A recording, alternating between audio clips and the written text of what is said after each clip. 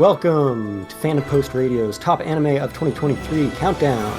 I'm Kestrel, the shonen apologist, and with me is Brando, the greatest warrior of them all. Hello. Cain, the slayer. Hello, hello. And our very special guest on this episode, DJ of the No Style. Hey, I am here. I exist. Amazing. I know no one's going to hear it because we're going to edit it out, but man, I don't know if you guys... Did you catch the clap that I had on there? It was the dopest clap. It was that perfect one.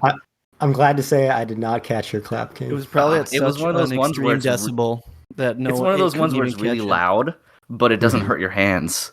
It was great. The perfect clap. Only other people who record podcasts have any idea what we're talking about. Yeah, it was the perfect clap. I just wanted to share it. Even the sound wave on my software, perfect. Keep the claps in. Get that tattooed. That of anyone who starts the episode. Did you say get that tattooed? Yes, do that. Like Steve Bloom got the recording of him saying "bang" at the end of Cowboy Bebop. Spoilers, I guess. Tattooed on his arm. Spoilers. Spike says "bang." Sorry, what did you say, DJ? I can't remember. Cool. Great. All right. What a very professional start to our big countdown episode. Yeah, so as per usual for these episodes, we'll be counting down each of our top 10 anime of the past year. We'll start with our kind of shorter round where we each do our 10 through 6, and we'll take turns for each of our 5 through 1. We've also got some top 5 submitted to us sprinkled in there. So at the end, we can aggregate them all together and see what came out on top overall. So yeah, unless anyone has anything else to add before we get into it, I guess DJ can get started on his. Yeah, just really quick. How many times have we done this now? Is this our 4th time or the 3rd time? That we've done like top anime of the year? Yeah. When did we start? 2017. So Jesus it could Christ, be our that long? Yeah, that's a lot of years. Oh my god. It's our 7th time. That's absurd. I thought it was like 3 or 4. Wow, we're dying very quickly. Okay. Time is a flat circle. Let me just battle off this existential crisis really quick and kick things off if nobody else has anything to add. I was just going to add in that I appreciated Kestrel saying that the 10 through 6 section is kind of shorter because we say that every year and then it never happens. I mean... It's earliest for me, so you guys are really the ones who have the motivation to go a little bit quicker. I've got all night. Well, taking an entire season off, and I was telling Cain before we started, but taking an entire season off has made it so I just basically barely remember anything about any anime I've ever watched. So yeah, I can imagine. I won't be able to talk at length, probably, which is beneficial concerning the 10 through 6. But if there's nothing else to add, I will get started now. Coming in at number 10, I have Nagatoro Season 2. Not as strong as the first season, I don't think. They tried really amping up the emotional intensity of the show, and while it worked, it lacked a lot of the fun quirkiness that the initial season of Nagatoro had, and there was a lot more focus on side characters, and that's not really one of the series' strong points. So I liked it. I didn't like it nearly as much as the first season, which was, I think it cracked my top 5. But at number 9, I have Skip and Loafer, which is a show that we talked about a lot on our podcast. Just a fun little seinen / shoujo series. Like, I don't know what fucking demographic they were aiming at, but it was a cute romance by my favorite studio, PA Works. It was cool having a strong female protagonist who kind of just like didn't let misunderstandings ever happen at any point, because it makes a romance series go by a lot quicker. And I don't mean that in like a sort of, it was too fast paced sort of way. It just kind of, there wasn't a lot of downtime, and I appreciated that and thought it was fun and it was cute. Speaking of fun and cute, though, I've got Horimiya Peace at number 8. Again, not as strong as the first season, just like Nagatoro, but you can't really throw Horimiya's characters into an anime and have it not be good. So, kind kind of all over the place, just vignette styled stuff like Horimiya normally does. Doesn't follow like a direct linear story this time. And it was just an enjoyable romantic comedy. 7 got something really fucking weird that not a lot of people watched or enjoyed. But I have Mahou Shoujo Magical Destroyers at number 7. Yeah. Extremely creative. That's really the one word that I can use to describe this. There were so many directorial missteps in this show, but it was so messy by design that I feel like that kind of added to the chaos of the whole thing and really just created a unique viewing experience, if not anything else. Definitely one of the most memorable shows I've watched in recent years. And while I struggle to call it good because it was really low on the production value end of things and just sporadic and nonsensical. It was good in the entertainment department, and that's why we watch things at the end of the day. So that was Mahou Shoujo Magical Destroyers at 7. 6, and I won't spend long on this at all because I know it will come up again. I have Oshinoko. And yeah, I'll just keep my comments to that because it's going to be somebody's top 5. Yeah, I'll just note briefly what you said about entertainment value. It's going to come up a lot in my picks. So, yeah, I'll touch on that. It's like the most important thing. And a lot of people, when it comes to critiquing shit, kind of throw that aside. Mm-hmm. But I think Brand had something to say about Magical Destroyers, though. I just thought, I'm glad you mentioned it because I know it's not going to be anywhere else in the discussions today. Oh, no. But I just wanted to bring up that I made like a short list of like side awards, and I gave Magical Destroyers my Wasted Potential Award because I really believed it could have been like a top 5 show even for me, but it just never reached that. I'd give it my best opening of the season, though. Yeah. Yeah, easily best, like top 3 opening for me of the year, for sure. Yeah, it was, definitely a lot of missed potential there. And it was only a shell of what it could have been, but I feel like it doesn't detract entirely from how much I enjoyed it at the end of the day. It could have been a 10 out of 10. It wound up like an 8. Yeah. I'm glad I at least ended up on your list. Yeah. Nice. All right. Well, I will give one honorable mention to Bungo Stray Dogs' 5th season. But for my actual top 10, I'll transition right into my number 10, which is Oshinoko. Yeah, so this is from the creator of one of my favorite series, Kaguya-sama. It's a very thoughtful series. It begins by acknowledging the lies that are inherent to the idol industry and the fans who embrace that. And then it quickly delves deeper and deeper into the dark side of the entertainment industry overall. It focuses on Japan primarily, but most of what it explores is pretty universal, and it's often uncomfortably insightful. Despite that, it knows how to have a good time when it should be having a good time. It's also very sincere in its depiction of artists that are passionate about their craft. And even if you're not interested in the series itself, I do recommend checking out the music video of the opening song Idol by Yoasobi. They have like full anime music videos for a lot of their songs that are anime theme songs.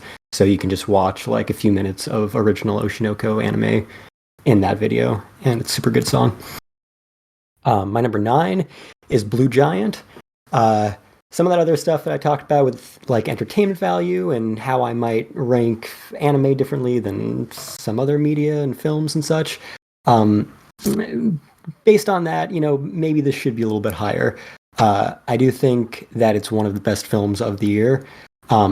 It's one of those anime that's 100% accessible to non-anime fans, especially if they appreciate music. It's just a big, fantastic love letter to jazz, creativity, and performance. It's got some surprising pathos in its run, and of course, incredible music. They've got the Japanese jazz virtuoso Hiromi Uehara, and it's also directed by Yuzuru Tachikawa, who directed Mob Psycho 100. And he just like expresses the ecstasy of being enraptured in your own performance with just breathtaking visuals for the big climaxes. I will mention that some anime fans probably gonna be put off by some of the CG and rotoscoping in the scenes leading up to those climactic moments, but overall very good. My number 8 is Demon Slayer, Kimetsu no Yaiba Swordsmith Village arc. Now, I feel the need to defend myself whenever I say that, which I guess means like it's a guilty pleasure. But my main philosophy on this, again, I will get into in depth later for one that's much higher on my list that kind of has similar pros and cons to discuss. So I'll be brief on this. I'll just say, Demon Slayer doesn't blow us away with innovation every season necessarily, but it's still like one of the finest examples of executing its tried and true shonen formula. And this season of it does give us a few tweaks that I appreciate, most notably some of the new character dynamics.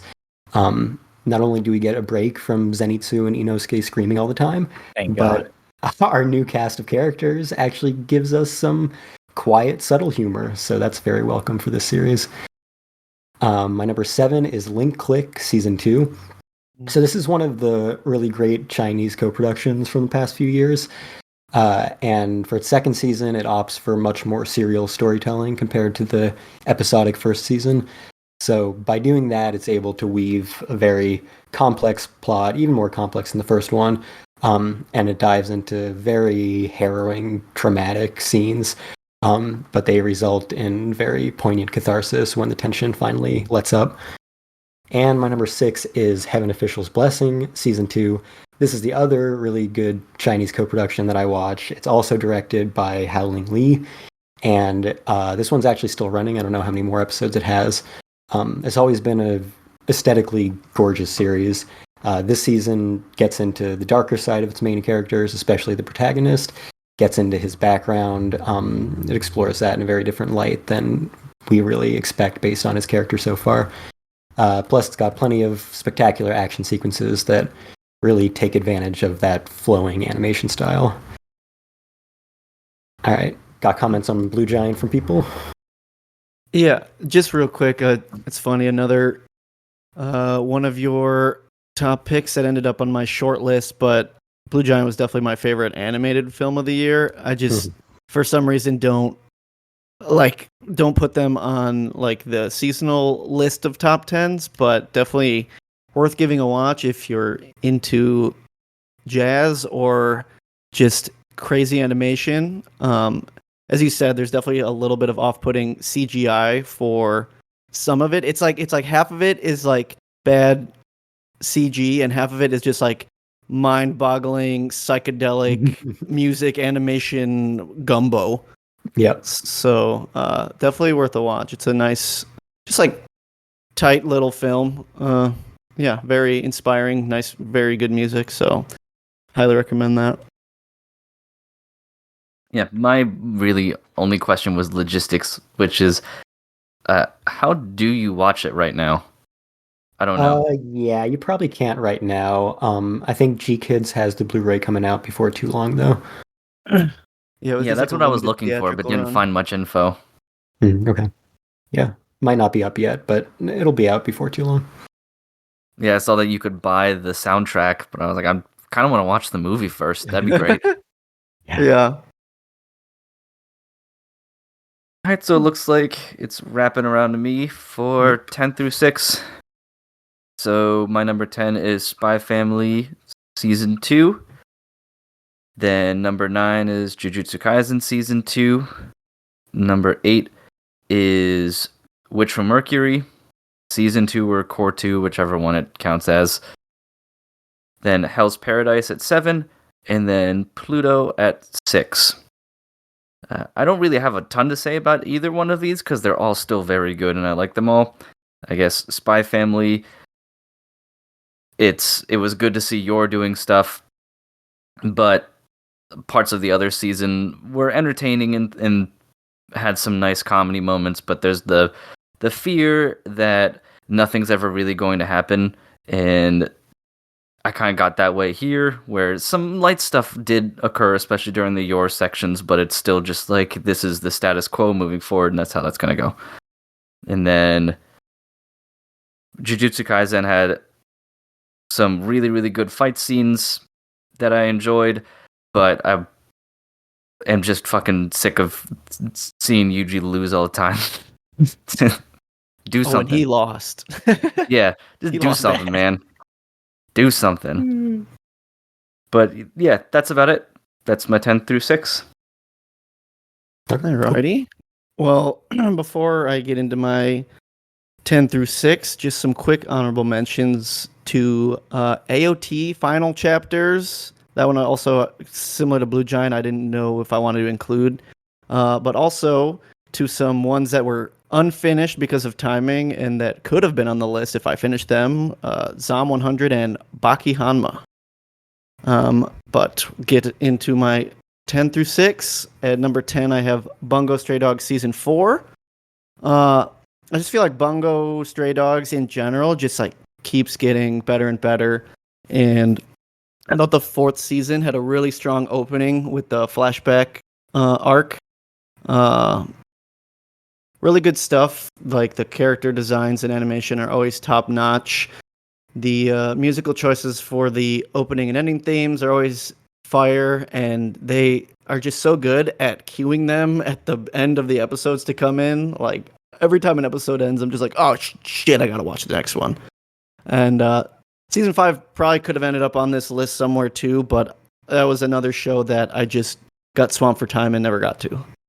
At number 9, I have my dark horse of the year, which goes to Overtake.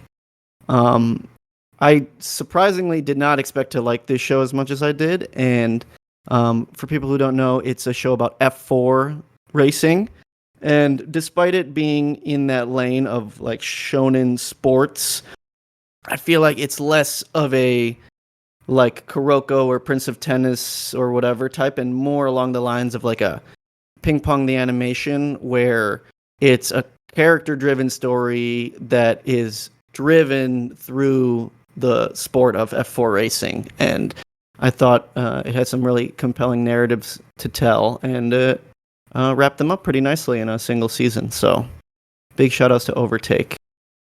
Number 8, I have Trigun Stampede, which I feel like was kind of a hot topic for a lot of people, as it being, you know, a remake of a 90s classic that a lot of people love. And you know, of course, the full 3D CG was a bit of a hot issue for people, but I personally think that Orange are the best studio in the business when it comes to 3D. And while I feel like the first episode or two had some like not the most pleasant looking designs for some of the characters and the backgrounds, I feel like as the season went on, looked more and more stellar, and they really honing in on the dramatic elements of the series. And I feel like now that we know that there's going to be another season of it, they're really fleshing it out in a way that will be an even more compelling narrative than the original. So I'm really excited for that to continue. At number 7, I have Oshinoko. This one is almost purely on my list because of the opening episode / movie. I feel like that in itself is such a selling point for the series, and it brings so much shock value, and it's so tightly written that it in itself, the first episode special, is like something that I think everyone needs to watch. And I'm glad it got as popular as it did. I knew a lot of people that are casual anime watchers that were really enjoying it, and I do enjoy the conversations we were able to have about the poignant and very harrowing things that are going on in the real world that it touches on. And I found that to be, as controversial as it is, it's conversations that need to be had, because of avoiding them is not going to fix anything. And at number 6, which may be surprising to some, I have Frieren. I'm really loving this show. It looks beautiful. The fantasy vibes are like perfectly crafted, and I'm really loving the world building as it goes on, and the characterization as well.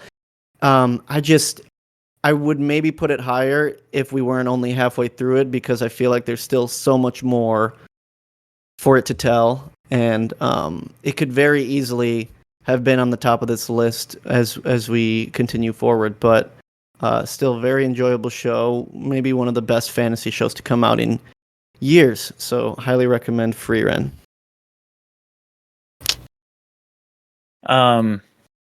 Yeah. Oshinoko, I just want to comment on that again now that things been pointed out to me. Yeah, first episode was great. And I feel like, and I'm surprised to hear it higher on your countdowns than it was on mine, because I remember when it first started, everybody liked it more than me, which I was like, maybe I'll grow into it. And I did grow into it. I liked the second half of the show a lot more than I liked the first half, which isn't to say that it wasn't an expertly crafted pilot. It was the best episode of anything this season, I would say.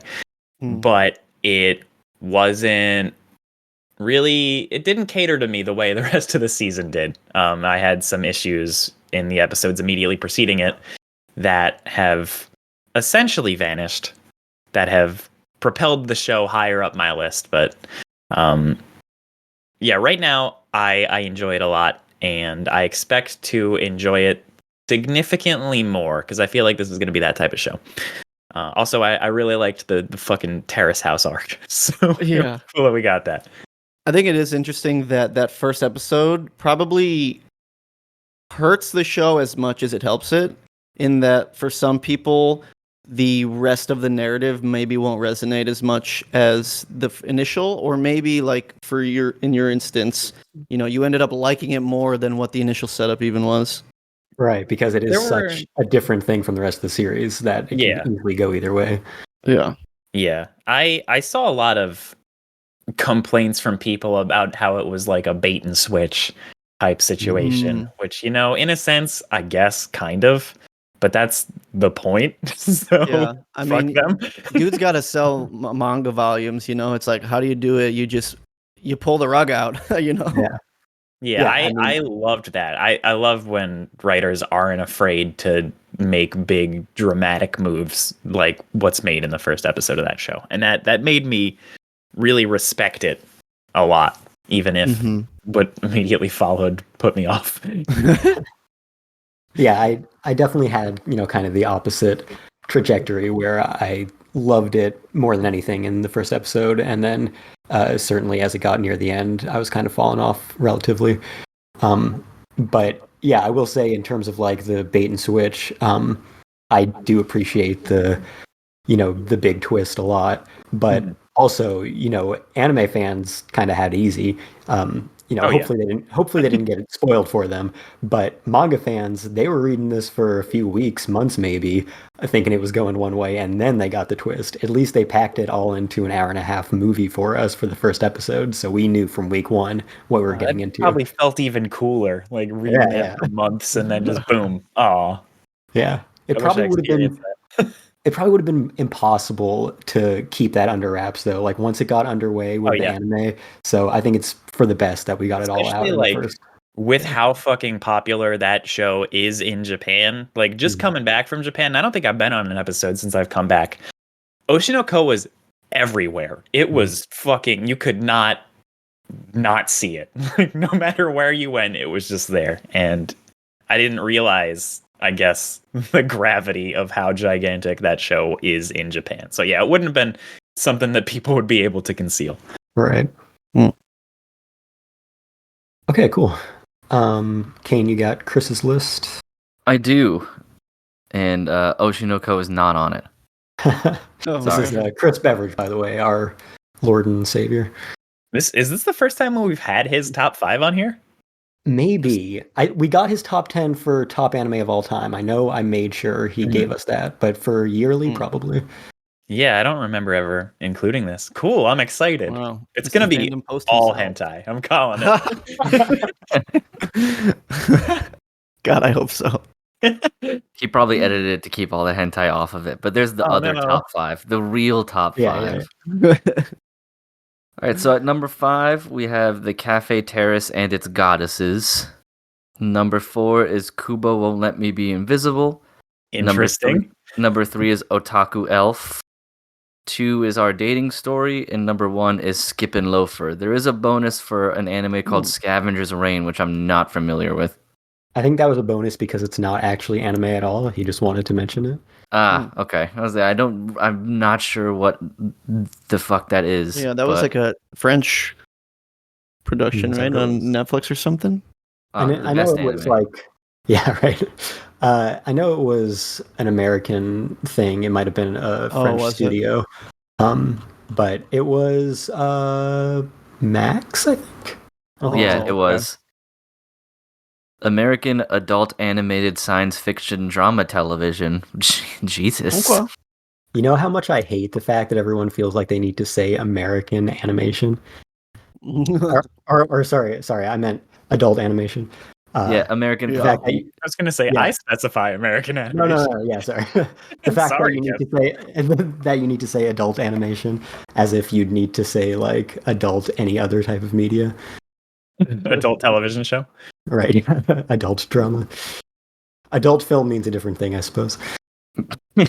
Especially in this Chris's means better world. Film. Yeah. Better. True art. That's cool. We got a number 1 vote for Skip and Loafer, so I'm happy about that. Nice. Yeah. And it's not porn. No, it's quite far from quite porn, wholesome. Really. Yeah. The least porn. Well, this is a very like Junji Ito list. All things in balance. Yeah, what he draws versus who he is. Love Nice. that. But yeah, that's Chris's top 5. So Cool. yeah, I'm also glad to see some Skip and Loafer on there as well, since that's a very delightful show. Yeah. All right. We'll get into our top 5s now.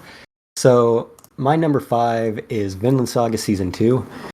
Man, I feel like I'm ranking this too low now because, well, spoilers, it'll come up later. And based on everything that I have to say about it, it should probably be higher.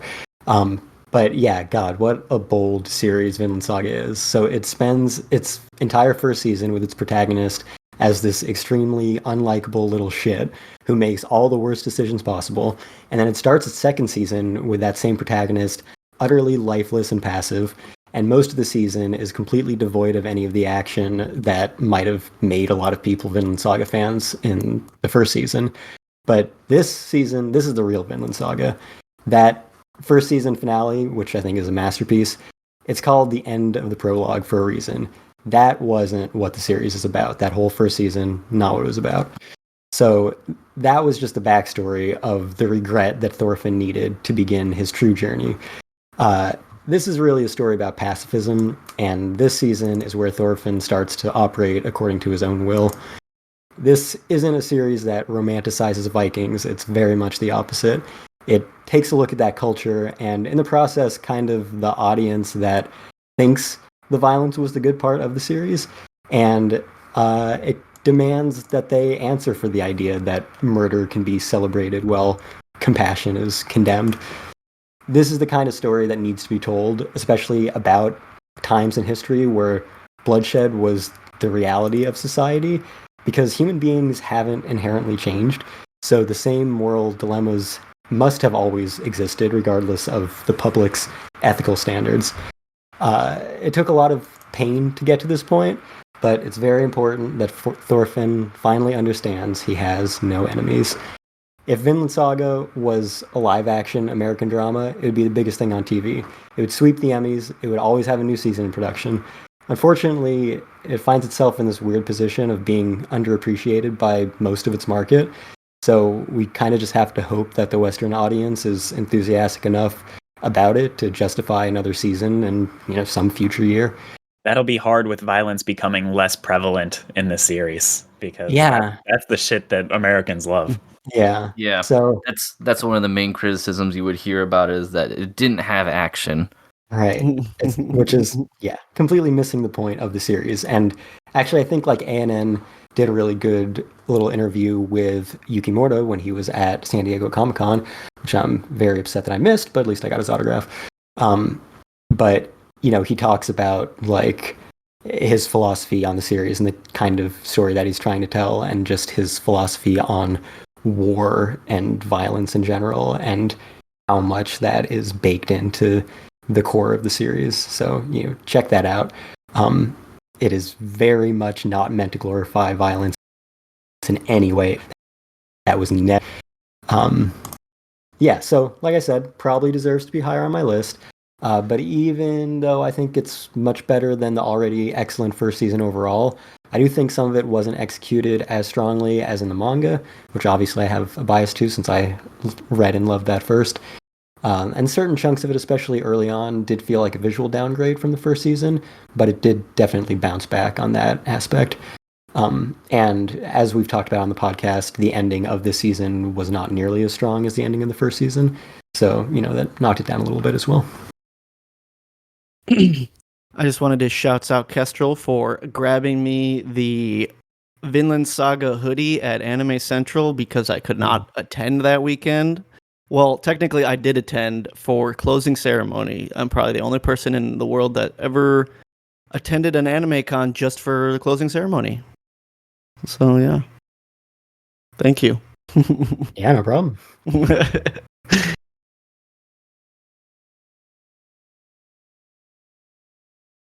All right. Moving on up to my number 5 if we don't have anything else for Vinland Saga. I've got Kimi wa Hokugo Insomnia, or After School Insomniacs, as I think they retitled it. Really cute and nostalgic, that's the word that I'll use, romance series about 2 kids with insomnia, which is not really a plot point I expected, but I needed. It just talks about these 2 kids who just meet by chance in like the school's aviary one day because they can't sleep when they're at home, and the only time that they're able to is at school. And so they meet like that, and they start off as friends, and they quickly realize that they have a lot in common, and it slowly sort of unearths the reason for their insomnia. It's not just like a thing that they were born with. It's like a result of some sort of trauma. And it's just a really cute show about 2 kids who start falling in love for each other and become each other's support systems. And it's really, it feels like going back, and this is a thing that I have in common with a lot of like teen romance shows. It feels like it takes you back to like a summer vacation in high school or middle school or something, where you're like free and you're experiencing love for the first time. And it really felt like that was not only showcased in the proper way, but I don't know, it was a really immersive experience, and the art was just really great. It was full of really sentimental like indie rock, so it felt kind of like being at a concert sometimes, and I enjoyed that thoroughly. But not a lot of people watched it, unfortunately. Had a popular manga over in Japan, and I know a bunch of people in my Discord server were going crazy over this show because tons of manga readers over there. But I don't know. I feel like it's going to stay with me, and then I'm going to regret putting it at 5 instead of somewhere higher up, kind of like I regretted with A Place Further Than the Universe, because it had that same sort of compassionate mood to it, where it's like you grow attached to the characters as the show goes on. And while I didn't form bonds with them the same way that I felt I did in A Place Further Than the Universe, it was still that same sort of, I guess, melancholy, where it's happy shit happening, but like the underlying tones are kind of depressing. But it's nice finding characters who are able to become the light for one another. And I like this show a lot. I'll just mention that I watched it, so you don't have to feel isolated. Oh, cool. And I enjoyed it, yeah. I don't have as strong of feelings, but I definitely enjoyed it, so yeah. Nice. I forgot you watched that. Yeah. Yeah, it really did seem like it flew under the radar in that way, because I remember seeing stuff about the hype around it, but then nothing afterwards. It was on High Dive, which doesn't help. Oh, yeah, that'll do it. Yeah. Comparing it to A Place Further in the Universe does help pique my interest, though. I mean, don't go in expecting like fucking Shirase email levels of sadness. It's a much more calm show, where it's like they're sad undertones to it, but there's not like big dramatic things that happen. It's just kind of they are airing out their troubles to one another, and it's depressing knowing that people have to go through shit like that.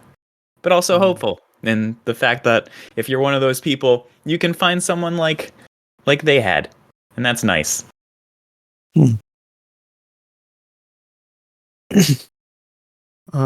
Well, getting into my number 5, maybe slightly more controversial than my Frieren placement is my actual favorite high fantasy anime of the year, which was Ranking of Kings Treasure Trove.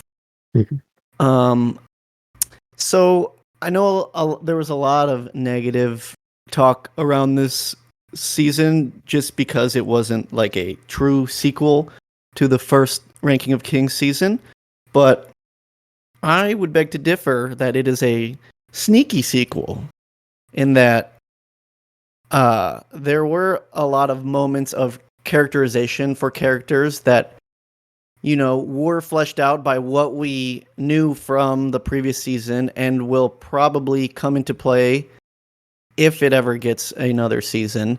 And also by the end of it, it kind of did give us a soft launching point for wherever the story will go next. But I think even if it didn't feel like it had a very, tightly wound narrative compared to the first season, I still really liked the batch of episodes we got here.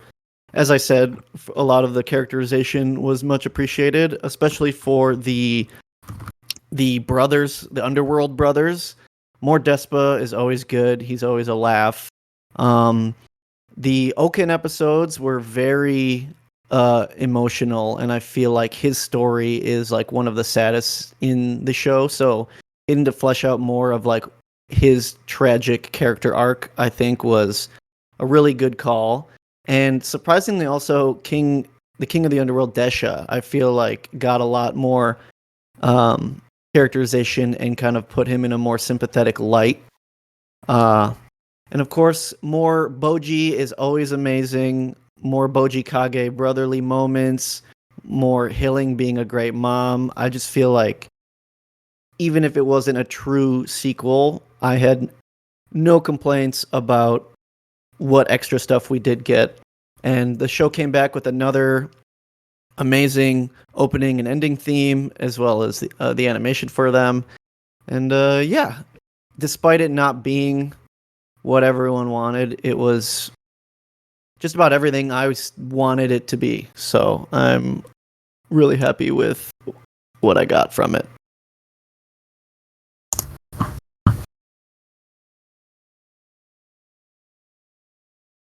All right. So it looks like we got ourselves a bit of a shared entry coming up here, which is always fun. Yeah. So it's going to be my number 5, and I believe, Kestrel, you're number 4, right? Yeah, so you should go first as the number 5. Ah, excellent. I'm honored. So the number 5 on my list is The Apothecary Diaries, which is actually still airing right now. So it isn't complete yet either, in the same way that Frieren is not complete. But just overall, very enjoying this series. I think if I could pick any of the ones on my top 5 that sort of match what you folks are talking about earlier in regards to enjoyment factor, this is definitely on the top of that list for me as somewhat caring of its rank. Like, I think it looks fine, and I like the music, and the art's good as well, but I just really enjoy watching it and enjoying the story and everything. I do not know how often we get, say, murder or murder-adjacent mysteries in anime shows in the same way that The Apothecary Diaries handles it, which I found incredibly refreshing to watch, at least personally, seeing Mao Mao kind of scuttle all around the palace, figuring out who's being poisoned, or just poisoning herself for fun, and things like that, as one tends to do, is always just a joy to watch. And one of my favorite bits of the show is also how creeped out Mao Mao is by Jinshi and how it feels almost exactly how I feel watching it, as does my wife feels watching it. One of the things I laughed at the most actually wasn't a joke inside of the show. It was the first time Jinchi tries to hit on Mao Mao. My wife went, ew, gross. And then the second scene was Mao Mao walking away going, ew, gross. Exactly in the same way. And I just like how you see the main protagonist of the show not fall at all for the juvenile woo and whimsy of what is, at least as a joke, trying to be a sort of romantic interest. But I also appreciate how Jinshi is a little bit more than that, especially as the show goes on. And I do very much so love that his kink is Mao Mao just stepping on him and shit. That is something that I find very entertaining on top of that. But yeah, this is just a show that I really like watching, and I don't try to figure out anything that's going on either, because I've learned a long time ago that my brain isn't built for mystery shows in any way, shape, or form unless they're very bad and predictable. So I just like to follow along as someone watching Mao Mao do her work to figure stuff out. And also watching her slap around that one lady in waiting was fucking cool as hell. So yeah, I wish I had deeper things to say about it, but it's a lot of fun. It doesn't shy away from what a courtesan does. It doesn't try to gloss over how creepy and shitty life in the palace could be, even as a concubine, where it's, there's a concubine who's like 14 years old, and, they have a distinct purpose of bearing children and doing other things. And Mao Mao, for the most part, is aware of this, being raised in a house of courtesans and things like that. So the show doesn't try to sugarcoat it too much. It doesn't give it to you in super bleak terms all of the time, so it isn't off-putting, but it at least doesn't try to make, the emperor just seem like a cool playboy that all these women want to hang out with. Like, there is a distinct purpose for them to be there, and everybody is aware of that. So, yeah. Cool. Kestrel, what do you think? It's also, my number 4. As I had mentioned on the podcast previously, I had read the manga beforehand and was very excited when the anime was announced. And it's actually based on a light novel series, but the anime definitely pulls from the art style and the storyboarding of the manga very directly. So it is kind of just an adaptation of that, which I appreciate, because I think everything that they did with that visual language added a lot to the story. Also, the thing that I was really excited about when the adaptation was announced was maybe the most stacked list of composers I've ever seen. So I just want to point them out. It's got Satoru Kosaki, who scored the Haruhi series and most of the Monogatari series. It has Alisa Okehazama, who scored Jujutsu Kaisen, and Kevin Penkin, who scored Made in Abyss. So yeah, amazing lineup there, and it's exactly the kind of like eclectic, brilliant blend that makes a soundtrack such an enriching component of anime, coming off, a print medium.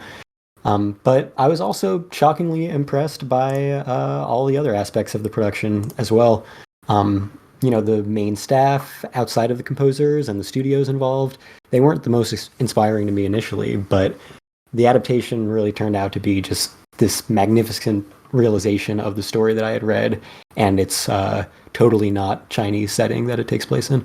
Yeah, definitely not. Definitely not China. Not sure where you get that idea from. Yeah, not even a little.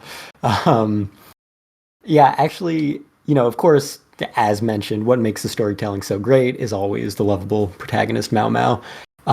And I think, in a way, she's actually like Thorfinn, in that she's like this representation of modern sensibilities trapped in this past era that's so determined to make sure everyone fits a warped archetype of their contemporary expectations. And, even if she claims otherwise, she can't hold back how much she does care about improving that mindset. So we just gradually watch her transform the world around her with what little power she can kind of carve out, which is very similar to Thorfinn's character and kind of how he operates once he gets, self-actualization.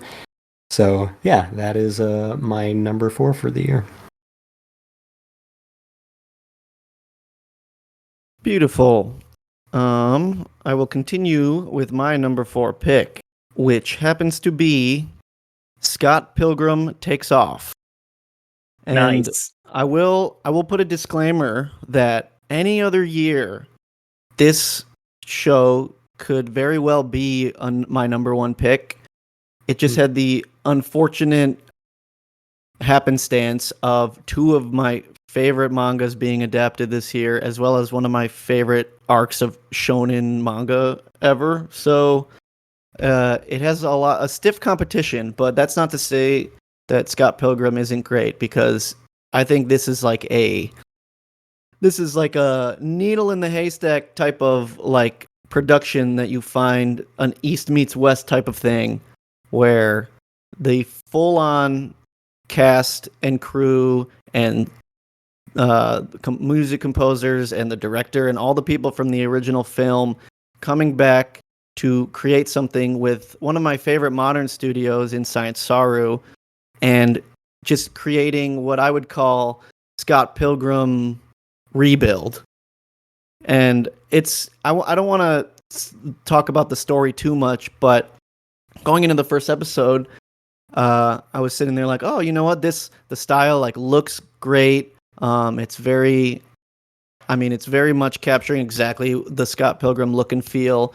And even to the story beats of the first movie, you're like, oh yeah, this is, exactly about what I expected. And then I started to get this feeling like, oh, I guess this is probably just going to, retread everything that happened in the movie, but, expand upon it a bit, maybe give a little bit more characterization. Then the first episode ends and you're like, oh, no, we're going somewhere else with this. And I think it's awesome that in every iteration of the Scott Pilgrim story, whether it's the movie or the games or the comics or now this new anime, they are taking a new spin on things, showing you a new perspective, taking, someone else's story and enhancing it in a way that I feel like really rounds out this property in a way that not a lot of other properties like get the chance to do. And I watched it in the English dub because, for the fact that they brought back every actor to do it is mind-boggling to me. Like, Chris That's the Evans, correct way to watch the show. You're supposed to watch this in English. Yeah, it is. And like Chris Evans, that guy is America's ass. This guy went on to become MCU like poster boy. Like, he could easily just like shrug this off and not care, but obviously everyone that was involved in this cares because, Edgar Wright is amazing, and I'm sure he reached out to all these people and was just like, hey, we're bringing the band back together, and they're all like, hell yeah. they do that all the time. I love it. Like during COVID, back in 2020 or 2021, they did a whole ass like table read of the whole movie, and they were just on Skype, and that shit, I don't know if you guys watched it, but it was great too. I need to watch Sarah that took out a table read. guitar and like actually played the songs. I love that. Yeah, and I feel like, you don't really get that from many other things. And bringing Anna Managuchi back for the music, it's just like lightning in a bottle. Like, you really can't get something like this. And like I said, if it wasn't competing against some of my like favorite media in the last decade, this could easily be a number 1 pick because it was something really special. Yeah, this would absolutely be on my countdown if I watched it, like the whole thing, because I watched the first 2 episodes, and that wasn't enough for me to be like, okay, it's warranted if I put this on my countdown after a whole bunch of shows that I watched the whole thing of. Yeah. No, Another reason it's not higher is I binged it the last 2 days. Yeah, I wanted to. I watched it like during the last hour of my flight back. And I haven't been able to watch literally anything since. But those 2 episodes alone were way better than I thought it was going to be. And when the show was announced, and even when I saw the trailers, it was just like, yeah, it was called an anime, but I kind of guess I refused to believe it was actually going to be an anime, even with Science Saru being involved. But no, it is. Like, it feels like one. It's a legitimate anime, and just because it's just fucking originally in English doesn't mean it's not anymore. But yeah, what they did with the story kind of blew my mind because I was not expecting that in any capacity. Like I read the comics, I'm a fucking Scott Pilgrim whore. Like I saw that movie in theaters probably like 6 or 7 times. It's one of my fucking favorite comedy movies ever. I love everything about it. I read the comics. I wrote like 3 book reports on Scott Pilgrim. That's amazing. And you know, when I saw the anime, I was kind of concerned again because there's a character who they left out of the original movie, Lisa, who just got shafted and not included for whatever. And I was like, oh, they're just not going to include her again because fuck her, I guess. But I mean, they just fucking rewrite everything, which is not a thing I expected, but a very pleasant surprise. And it's kind of, I don't know, reignited my love for all things Scott Pilgrim.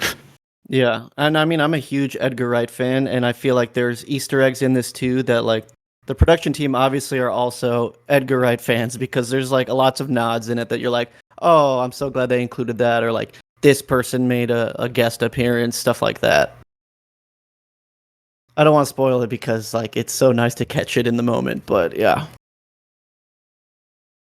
So yeah, my only question about this, going back to what you were saying about, is it really going to be anime? Mm-hmm. I mean, okay, I realize I had Chinese co-productions on my list, so you can tell me to fuck off. But like, is it really anime? Because like, It is. Sure, Science Saru animated it, but the writers are American. I think the director is American. The producers are American. There's companies outside of Science Saru are American. So like, back in the 90s, all the American animated shows were actually animated by like Sunrise and studios in Japan, like Batman the Animated Series, Inspector Gadget, TMS did a bunch of those. And we never call them anime. So like, is this any different? I think that's one of those questions like as old as time where like both sides can have validity to them.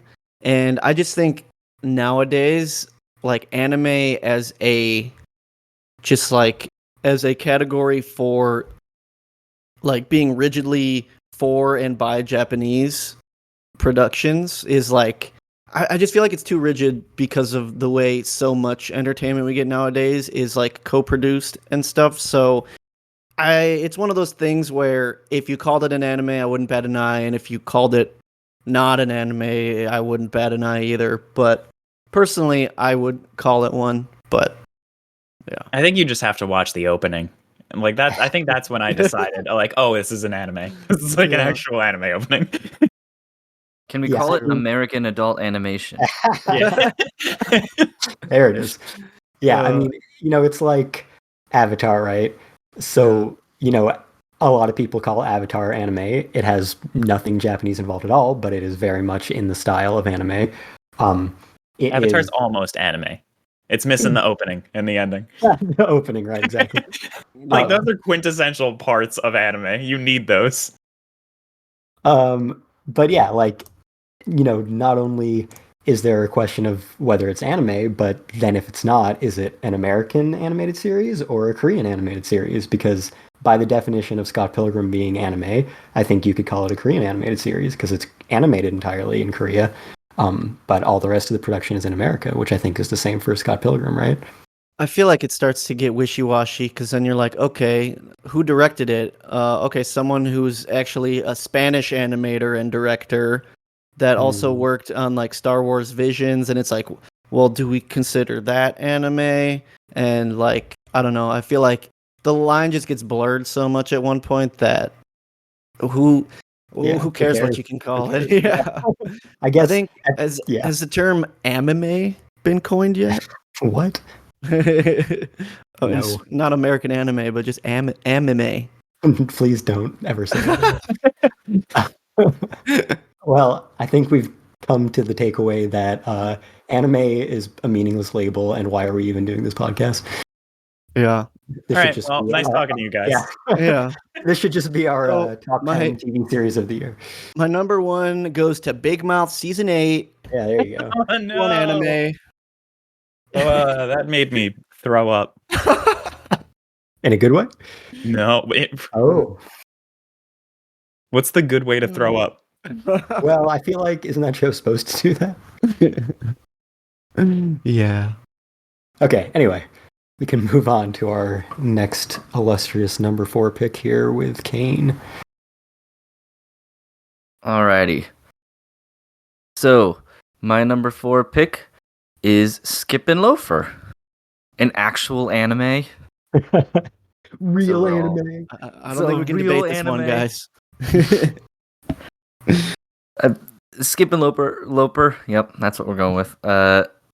I gushed over it while it was airing for many different reasons, but the one that I keep coming back to when I was making this list is just the fact that I think it is a romance, especially a teenage romance, that everybody knows how to talk to each other and communicate their feelings and realize very basic facts about each other and how to foster friendships as well as romantic feelings, and it just makes me all warm and fuzzy on the inside in that way. When someone has a problem, they will tell the other person in a kind way, and they will talk it out and have a good time and hang out with each other, and I think that's just precious, and I wish more shows would do that.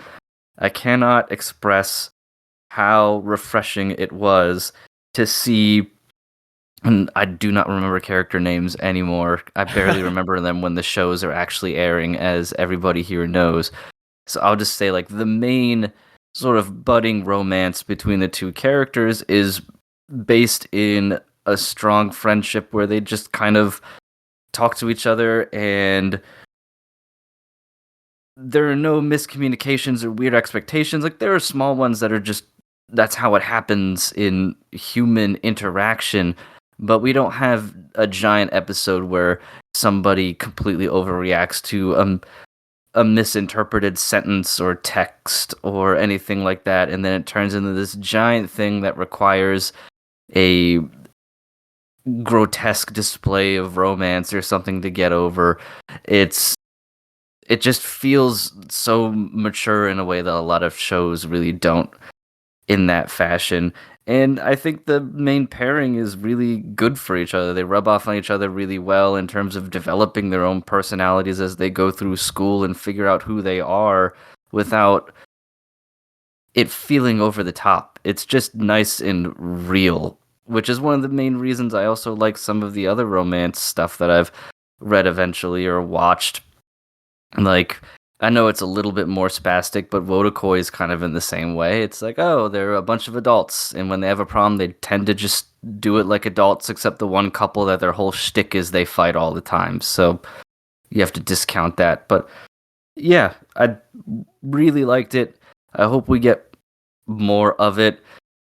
If I could make one criticism that definitely kept it off of the list, it's how the main antagonist, or at least as much of one that you could say this show has, kind of gets off scot-free after treating our main boy like shit for years and blackmailing him, and then he just decides, I forgive you and I don't care anymore, and then she just gets to leave.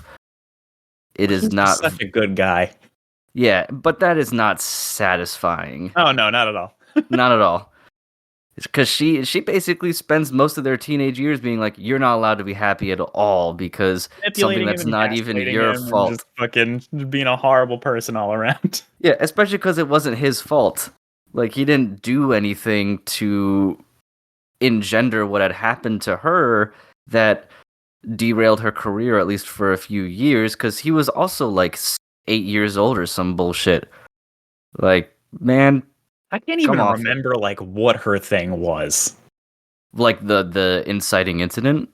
Like what, like wasn't she just like seen with like dudes at like a karaoke place or some shit? Yeah, and there was alcohol and cigarettes, but there was no proof that she had partaken in any of it, and he was there too, but she blames him because he didn't get any of the made it sound negative like feedback. Such a bigger deal when it was like first talked about. They really did, and I wonder if that's our sort of Western ideology coming into play, where we don't really care about. Yeah, see, we have people like, you know, child stars all the time that throughout the history of Hollywood, you've had your Judy Garlands and your Macaulay Culkins and shit that just kind of do whatever and are followed by paparazzi rags constantly. So we kind of just know that that's how show business works. So we don't really bat much of an eye for better or for worse. But over there, it's probably way more puritanical. I mean, isn't that how it is for idol culture? Yeah, but I feel like even for idol culture, the way that it's portrayed in the show was exaggerated, especially considering that she was still like a popular model. Like, it's not like her fucking career was ruined. She was still actively working. And Yeah, so I I don't know really- like what the big deal was. My main hang up with using that as a excuse, not an excuse, but sort of like, why were you mad? It turned out perfectly fine, is the idea that it couldn't have, like, she got lucky that it did. So I didn't want to be like, your life was fine, because that nobody likes it when you use that in an argument with them. Like, well, whatever, it worked out for you, so why are you mad? It's, the principle of the thing is why she's mad. Granted, it's still way super overblown, and the fact that she got away with treating him like shit and blackmailing him for fucking years without experiencing even a lick of consequences is pretty shitty. But that's not the first show that's done that, and it will certainly not be the last, especially when you want your main character to grow through forgiveness of them. It can be very easy just to have the main character forgiving them, and then that's good enough, which as a viewer, I'm like, no, it's not good enough. She deserves to suffer. But, yeah, otherwise, just love that show. Hope we get some more of it. I don't really know where it's at in that sort of realm, but yeah, very much so enjoyed it.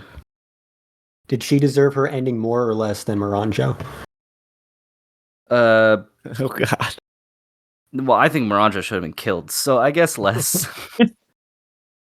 Nice. All No. right. Yeah, Miranjo should have been summarily executed, so yeah. Okay, DJ. moving on to my number 4. I've got Jigokuraku, or Hell's Paradise. This show fucking rules, yo. Like, oh man. Okay, so you guys know that I'm not the shonen dude. Like, that's not the shit that I watch. And I don't know if you'd classify this as shonen or if it's seinen instead. I just know that there is a tiny boy who's very strong and kills things. And boy, is he good at killing things. It is a lot darker than most shonen series that I've seen, both in terms of tone and imagery. You've got a lot of religious influence in this show, which is my fucking jam, because that's what my game is. Mhm. And I love that they're just fighting against these weird god monsters and people are turning into like flowers, and it's just gruesome and gory in like a really artistic and beautiful kind of way. That whole ass setting is just, it feels so unlike anything else that I've ever seen in an anime series, and it's just, I want to be there. Not literally, because it's probably the worst place that you could ever be, but I want to watch just everything that takes place there, and I need more of it immediately. My one qualm with the show is that it was just kind of like in there and out. Like, it went by way too quickly. I need 10 more cores, and I need to learn more about all of the people who are being ritualistically slaughtered in front of me. This show does not pull its punches, and it is just brutal all the way through. Also, bonus points for fucking taking place during Edo period shit, because anything involving samurai is my jam. And I know you guys have also watched this show, so if you have any comments, feel free to throw them in. Its artistic depiction of the island and the fates of the people that are on it is the strongest point for me by far. Like, the action is very well animated, I thought, for sure, especially the fights with the demigod-like characters and how the scale can explode so quickly with that. But yeah, just dying by having flowers fucking grow out of your eye sockets and, all sorts of shit, and the bees with people faces and all of the monsters. Yeah, I think it is definitely one of the more creative landscapes of a shonen / seinen that I've had in quite some time. it very It feels easily like sucked me reading in. like a 300-year-old book. Yeah, Like, it's it feels old. Like this doesn't feel like a thing that was made by a current human. yeah, it is very fantastical in all the best ways. Like it just sucked me in immediately. Like I wanted to know more about this island and them traveling into the center of it and the ecosystem of how everything survives and lives. I was like, this place rules. As someone who never has to go there. Yeah. I Even agree like the with- premise of just like sending a bunch of criminals to this island where they're going to die because some dude wants a thing. Like that's such a real move. And it's just a cool thing to base a show off of. Yeah, I agree with Cain that the world building of the island is definitely the strongest point for me, and just the fates of the characters almost aren't as important to me because I know that at least half of them are going to die. I'm just more so like, what are with these like amorphous sex having gods, and like what is their end goal, and like what is the whole purpose of this like immortality juice, and like what's actually going on here? It feels so big. Just like they just don't know what they're getting into in a way that like I don't know if there's any amount of seasons that could really justify it or really pull the most out of what's happening there. I feel like it should have ended up on my list, but at the same time, I'm almost dissatisfied that I don't have more, and that I kind of feel like an idiot for not reading it first, because for like years before the anime, I heard people like talking up this manga that it needs to get an anime, it needs one. So I feel like if I at some point read through it, I'm probably going to end up liking it even more than I did when I was watching it. Because for some reason, I don't know, like I enjoyed watching it, but it didn't like sink in as much as I wanted it to. But Yeah, like still fascinating. I kind of feel bad for it because I feel like it was really hyped up, and MAPPA, kind of gave it the treatment that they give the big shows that they want to be the next Jujutsu Kaisen.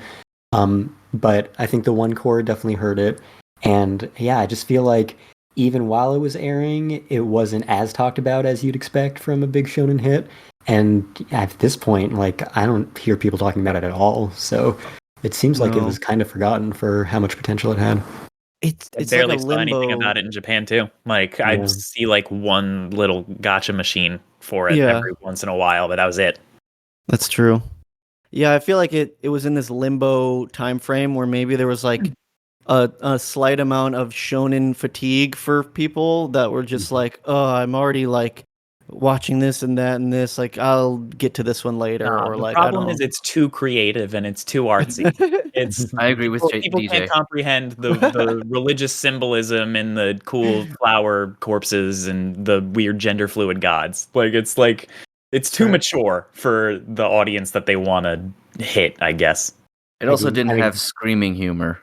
Big gas. There's no comedic relief character. So. Yeah. Gabimaru didn't fall onto his executioner's tits and go, oops.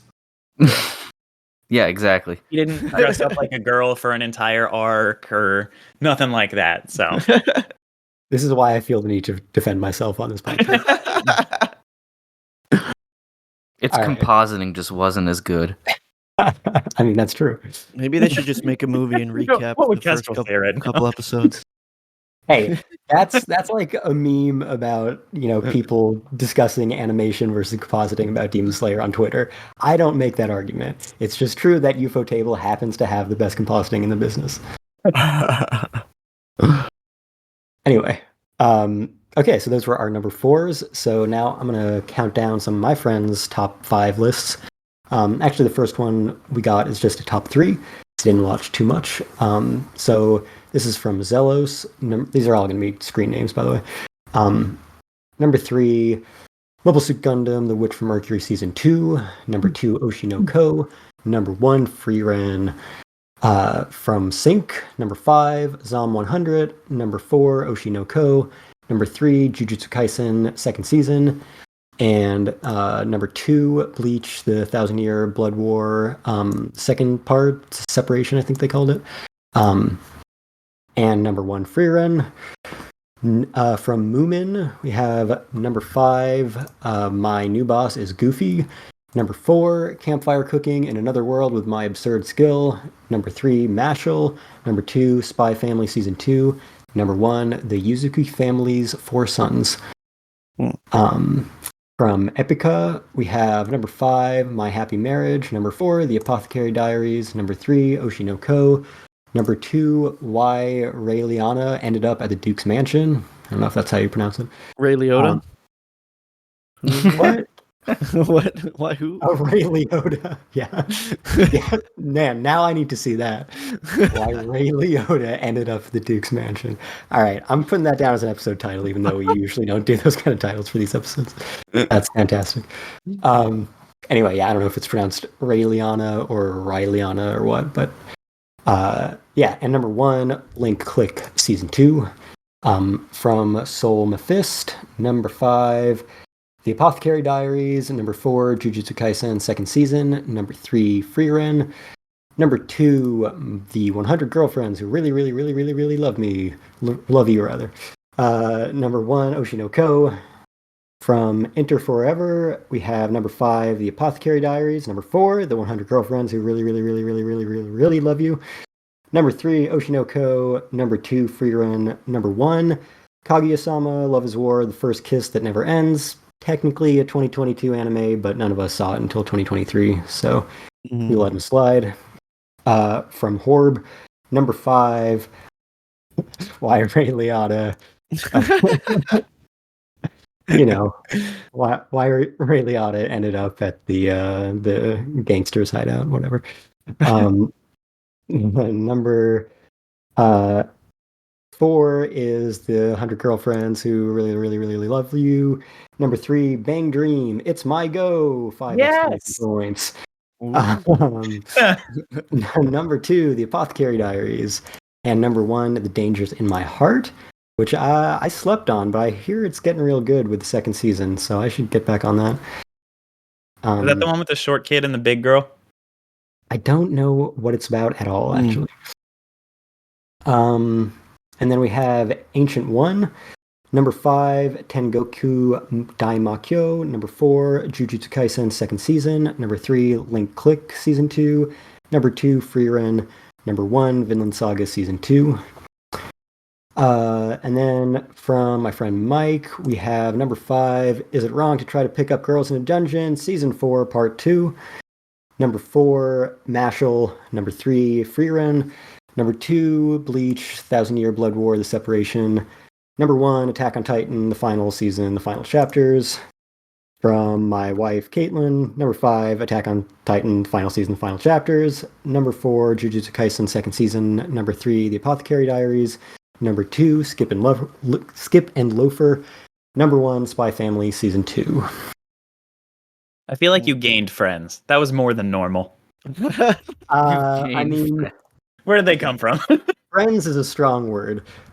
These are people from a Discord server that I am on that I requested lists from. And I requested more strongly than last time.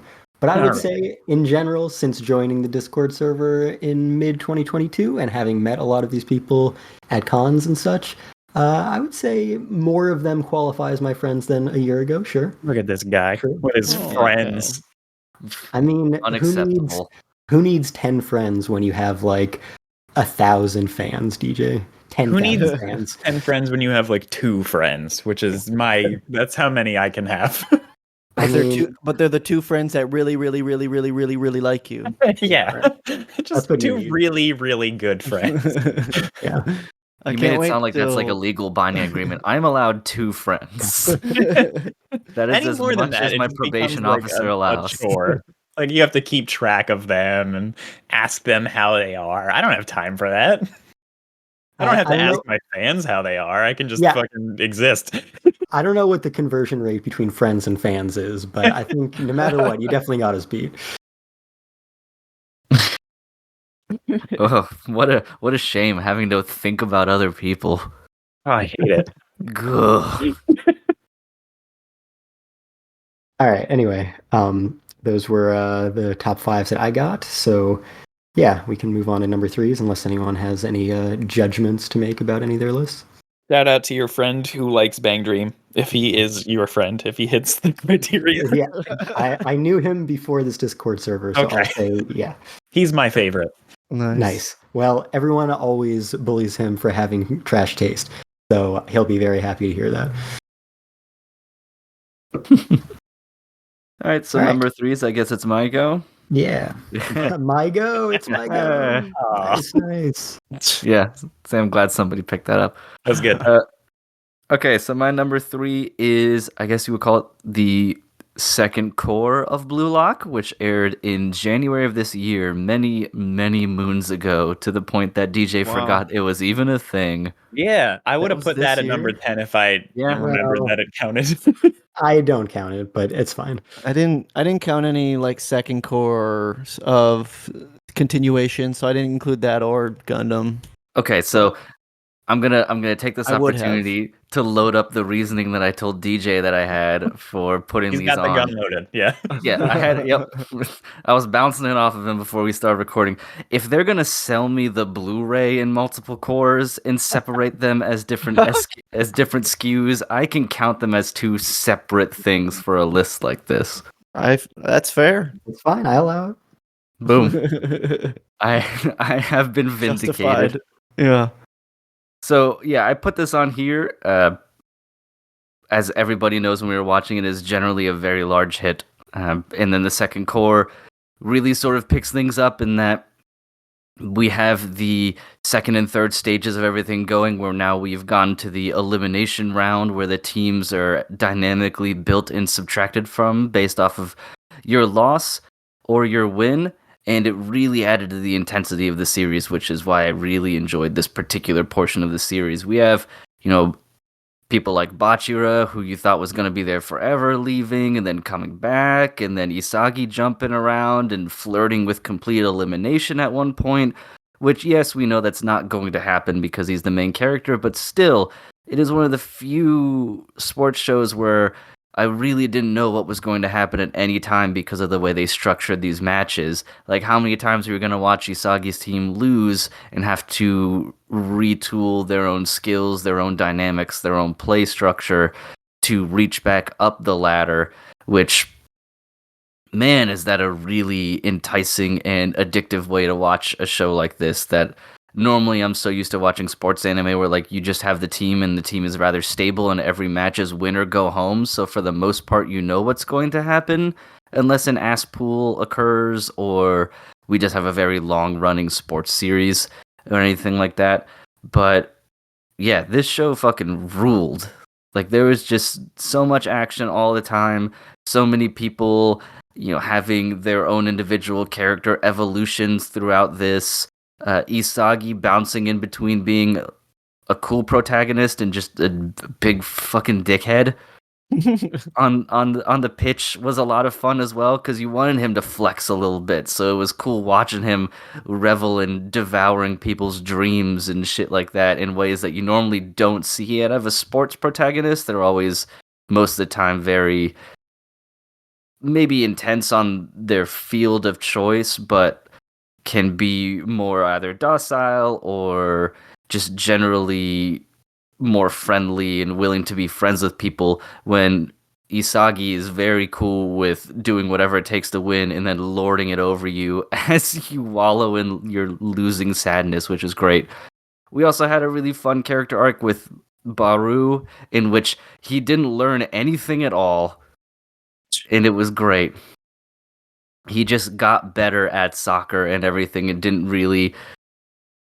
he didn't learn to be a team player. He just learned to be a better version of himself, which was also cool to see because you could tell that Isagi early on really wanted to change Baru's whole personality and, fix him in a way. In the end, it had the exact opposite effect, which is really what mattered to the team because that's what made Isagi grow, is having to overcome Baru being, a fucking huge annoyance despite his skill. So the show gives you a lot of different ways that characters grow outside of just we won as a team. It's we overcame each other. I won in spite of my own team or things of that nature. So it really does a great job of balancing the individual accomplishments with the team accomplishments. And of course, Ego stokes that fire all of the time by changing up the rules or the goals for winning. And the action on the field was also very well paced and animated most of the time. There were a couple moments where it felt like I was getting sermoned at pretty hardcore, but I think that is just a piece of a sports anime. That is just a trope that always happens where you're going to have a lot of internal monologuing. But yeah, really, really love this show. I hope we get more soon. I know there's been like a spin-off manga about Nagi and some other stuff, so there's still, I think the manga's still going. I'm not super sure. But I know that the season ended off on a really interesting phase where our stakes have been kicked up even higher of a notch than what they already were. So all you have to do to get through that is just some real bad English. Just some real painful English, but it's all good. Yeah, that is my number 3. All right, well, I hope you guys like reused segues because now it's my go. Hey. That's going to be the segue every time now. No, but like this No. time it's literally my go. Like my number 3 is Bang Dream my go. Yeah, you got to fucking steal the thunder, so it was a lot less impactful with me announcing my number 3.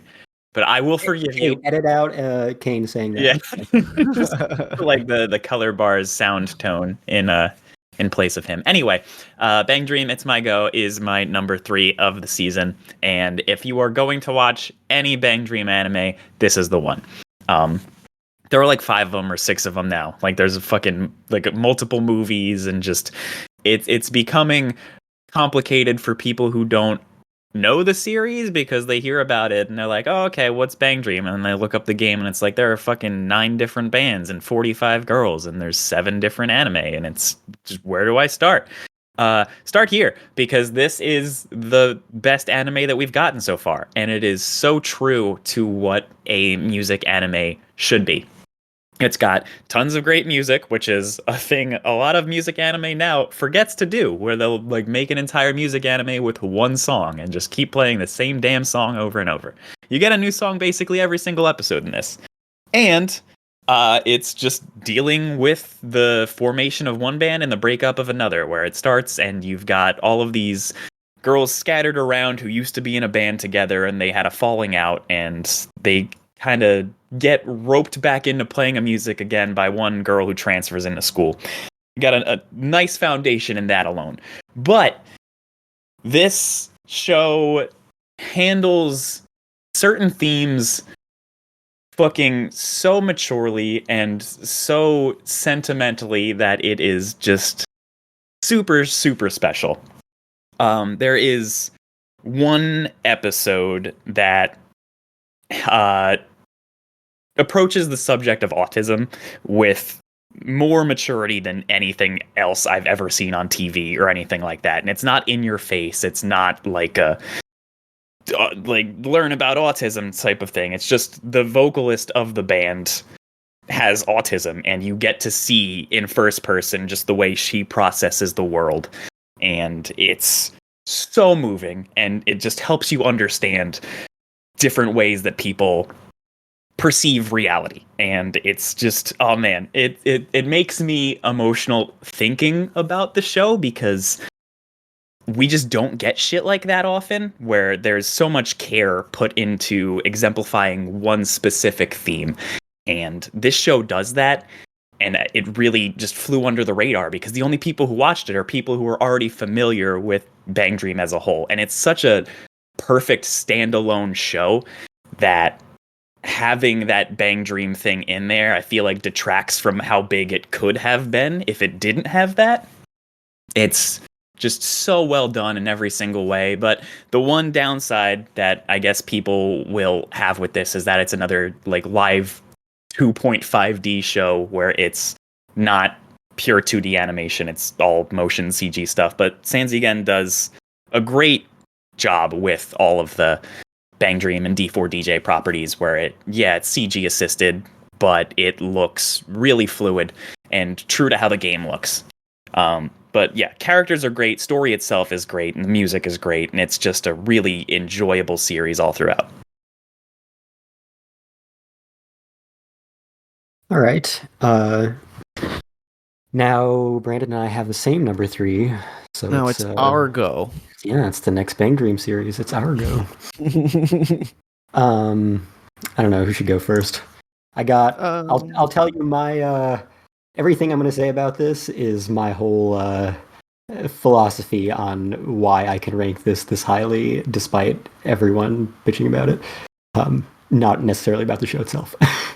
Okay. Well, you could go for that. I want to hear the spicy takes out the gate. All right.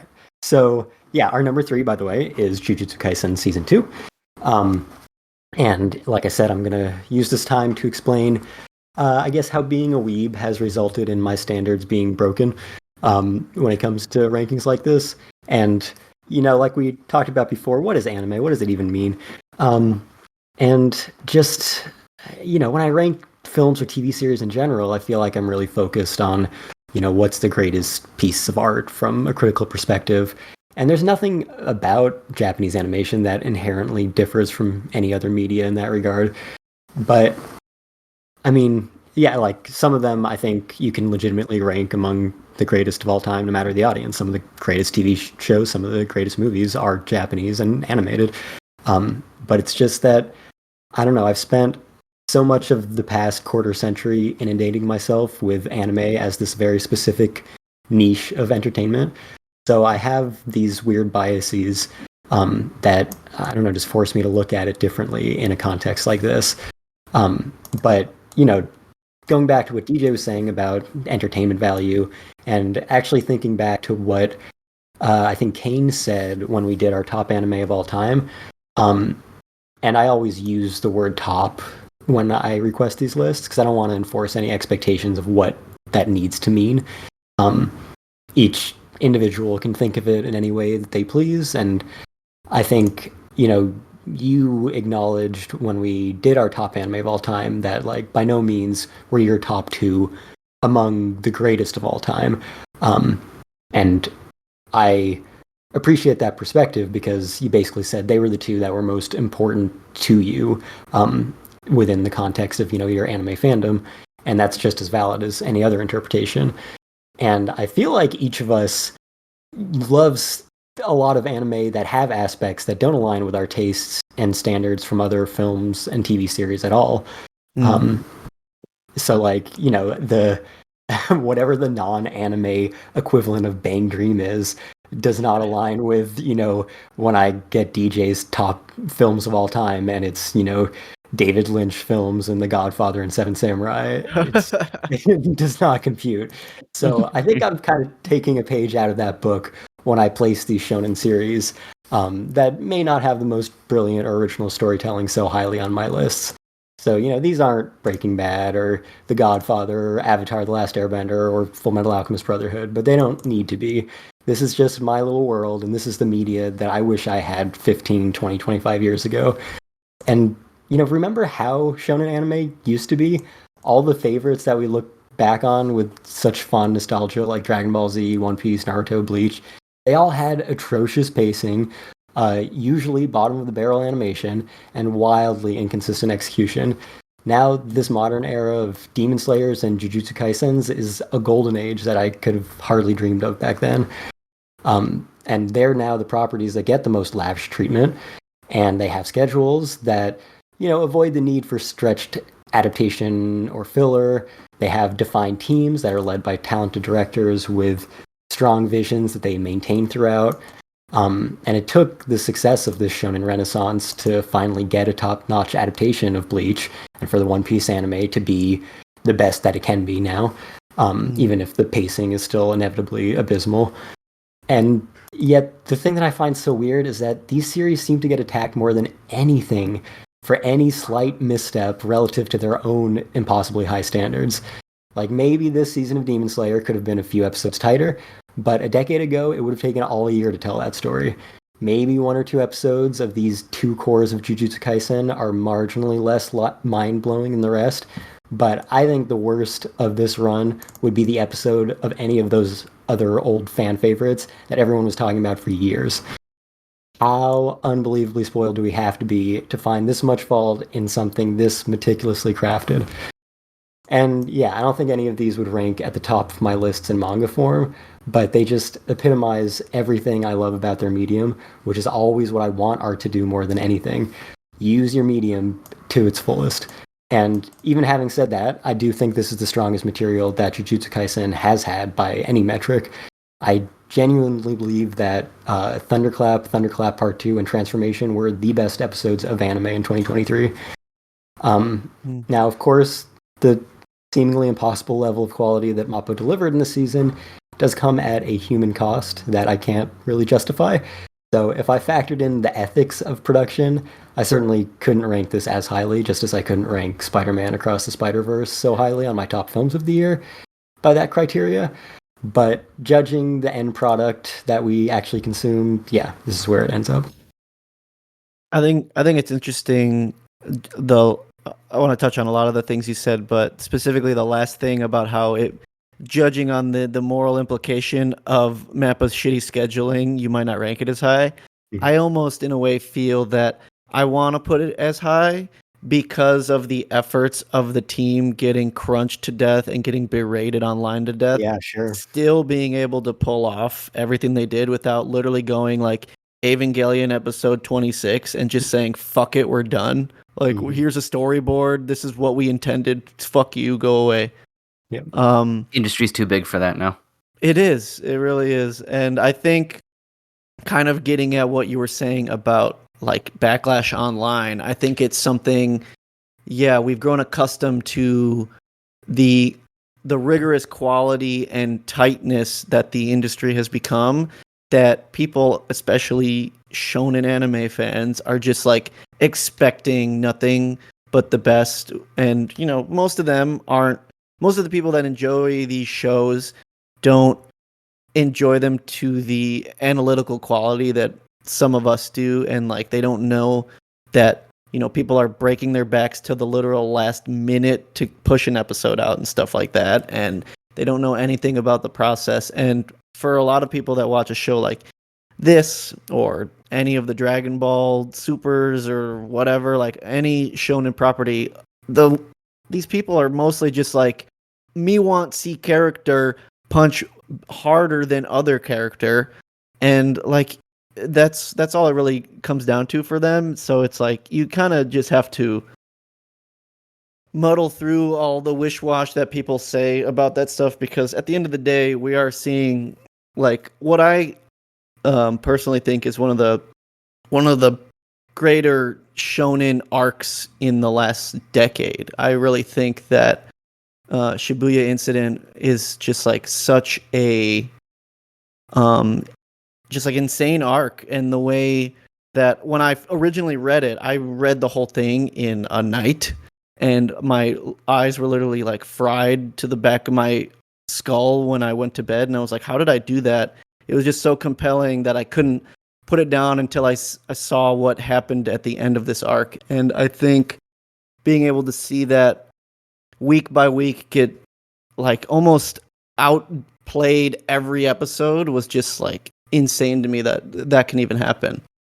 And I feel like the anime also enhanced certain aspects of it. Like, I think the Hidden Inventory Premature Death arc was much better in the anime personally, because I felt more attached to the characters. Like, I think Geto I felt a lot more sympathetic to him and like why he ends up becoming a villain. Well, in a sense, the villain, but I just like when I finished reading Shibuya arc, I just couldn't help but be like, damn, when this gets animated, it's going to be the thing that everyone's talking about. And when the first season came out, I just like implored all of my friends that had even like a speck of like they like enjoy shonen anime to any extent. I was like, please watch this show. I think the first season is great, but I'm like, just please watch this so you can get to this part of it. And they really delivered with flying colors. And yeah, I also sympathize with what you Kestrel, how you say that like it's sometimes hard to justify putting a something that is very just like rudimentary shonen up here with like, you know, some maybe more like philosophically leaning or like art house type of series that really like push the industry and push the genres and animation in new directions and like really become like classics in their own right. But I also feel like putting Jujutsu Kaisen above Vinland Saga. yeah, exactly. But I feel like, as we've all mentioned, it comes down to, like you said, top can mean anything on a top list, and entertainment value is a very big part of what I hope everyone's lists are things that people they enjoy. Like, I don't intend on putting something on my list if I was like, ah, yes, it was like masterfully crafted. I hated every minute of the watch, but of course it was brilliant gambit, my sir, good sir. I feel I think DJ and I both appreciate things that make us hurt at times, but you know, that's fair. That's a different thing. I love That's things fair. that make me hurt. If something Yeah. makes me hurt, I like it more. Yeah, I mean, there's a reason why people think. There's a reason why people think Goodnight Pun Pun's the best manga of all time. It destroys people. It destroys people. So good. But like you were saying, we've come to a point where people are really, they aren't grateful for what they're getting because, like you said, when we look back at shonen anime as a whole and like the arcs that last in our minds for generations, when we're thinking about like the tuning exams, we're thinking about the Saiyan saga and the Frieza saga and like all these things, they have moments that everyone remembers. Like everyone will always remember Rock Lee vs. Gaara. Everyone will always remember this or that, like Goku's first transformation. But like you said, the industry at that point was still such a machine that like the pacing and the drag, like people forget that there are literally hundreds of hours in between that they're like, oh, like why are we recapping this? Or why is it taking so long to get to this point? And we ran out of material. Here's the filler. yeah, exactly. And we are blessed with a full season that like fully captured exactly what it needed to for what I think is the best portion of Jujutsu Kaisen. And like we have to just be thankful that they were even able to pull it off because halfway through the season people thought it was going to just like crash and burn. Mm-hmm. So like I feel like I can justify it being our number 3 just because it's like they made it happen and fucking respect them. Yeah. Respect those animators, respect everyone involved except for the production committee. Don't respect them. Yeah, exactly. Yeah, like this is not a better story than Vinland Saga, and that's why Vinland Saga has been on my top 5 manga of all time for 10 plus years, and I haven't read Jujutsu Kaisen, but I highly doubt that the manga would ever be on like a top 100 because that is one aspect of it, and I think Vinland Saga is perfect in that medium. But when we're talking about anime, the adaptation has to mean something. It has to justify its existence. If you're just watching the manga with color and movement and sound, then there's no point. You need to take advantage of your medium and fully utilize it. And this is just an incredible utilization of the medium of animation in a way that so few things are.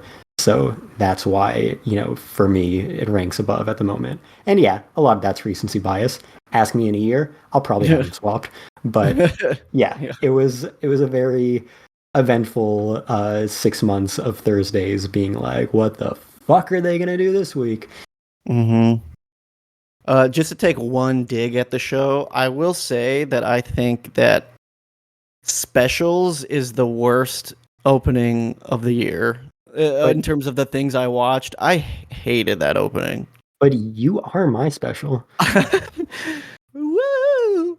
Like when it started playing, when Sukuna let Yuji back into his body, like some people they're like, oh yeah, like the lyrics and like this and that, like wow, it's so like thematically conjoined and stuff. And I was like, I like kind of bursted out laughing when that moment happened because I was like, oh, if it stayed silent and Yuji's just there screaming and like taking it in, that would have been so impactful. And then this like cutesy little pop song starts playing, and I started laughing. It was awful. That is all anime. Yeah. So anime. Yeah, that is Yeah. very anime. I do not believe that criticism is exclusive to Jujutsu Kaisen. Every anime on planet Earth does that, That's fair. for better or for worse. Yeah. Not your favorite needle drop of the year, huh? No. It's not. I will say the first opening of season 2 was excellent. So Yeah, I agree with that. for sure. Yeah. So that's my my spiel. I felt like a weight lifted off. Yeah, exactly. I've been like, I don't know, feeling guilty about liking these things for the like all year, I feel like. And so I was like, all right, I need to like, it probably sounded like I was reading a script. I did write all of this down because I needed to make sure I had every single point about this. You needed the haters to know. I was like, I needed to construct all of the thoughts that have been going through my head for the past year into like a cohesive argument about why I think this is valid. You are Yeah. valid, Kestrel. Thank you. I think it's just a victim of the hype machine, and that's it. Like, if you could boil it down to its bare essence, it's people were told this is one of the greatest things to ever grace our televisions. Yeah. This season, and it was a strong season, and I enjoyed it. I thought it had some problems for sure. I do not agree or like the idea that we should be thankful for anything when it comes to this. That's something that I really don't agree with under any circumstances, because we are consumers and pay for the product. But That's fair. Brandon, is Cain the shitty fan that you were talking about? No, because I still like the show. I do think the Nobara thing sucked, and I don't think it was the greatest thing I've ever watched on television, especially because if I can notice when animation quality drops, then it has dropped, because normally I don't fucking care, because I just like experiencing a story. But when I'm looking at frames and I can see them being dropped and someone's just pausing and not moving for a split second or so, or someone's legs or feet or hands grow unexpectedly, like in not an artistic way, then yeah, I don't blame them for it. It's just patching that over with "you should be thankful it was made anyway" is weak. So, but I mean, what I'm saying isn't that. It's that shittiest, 5 frames that people will pick out of episodes are like the best shit that we've gotten in shonen animation in 50 years. I don't know if I agree with that either. That's fine. But yeah, I think at the end of the day, it was just the hype machine. It was all over that this was going to be one of the greatest things ever, and then when, depending on what your definition of that is, happened, it may not have met those things, and people on the internet with the power of anonymity can be really, really fucking mean. So that is also inexcusable. I just don't know. Like, I thought it was perfectly fine, and I liked it, and I thought a lot of the action was really good. I just felt it tripped up in some ways that weren't always necessarily due to the animation being bad or something. I thought its story beats were sometimes very weird, and pacing was odd at times, and things of that nature. But yeah, it's still super fun and enjoyable, and had some really powerful moments in it. So yeah. Cool. And yeah, all of those shitty shonen fanboys who complain about this stuff, that's at Hellshake Brando. Yeah, but can Gojo beat Goku?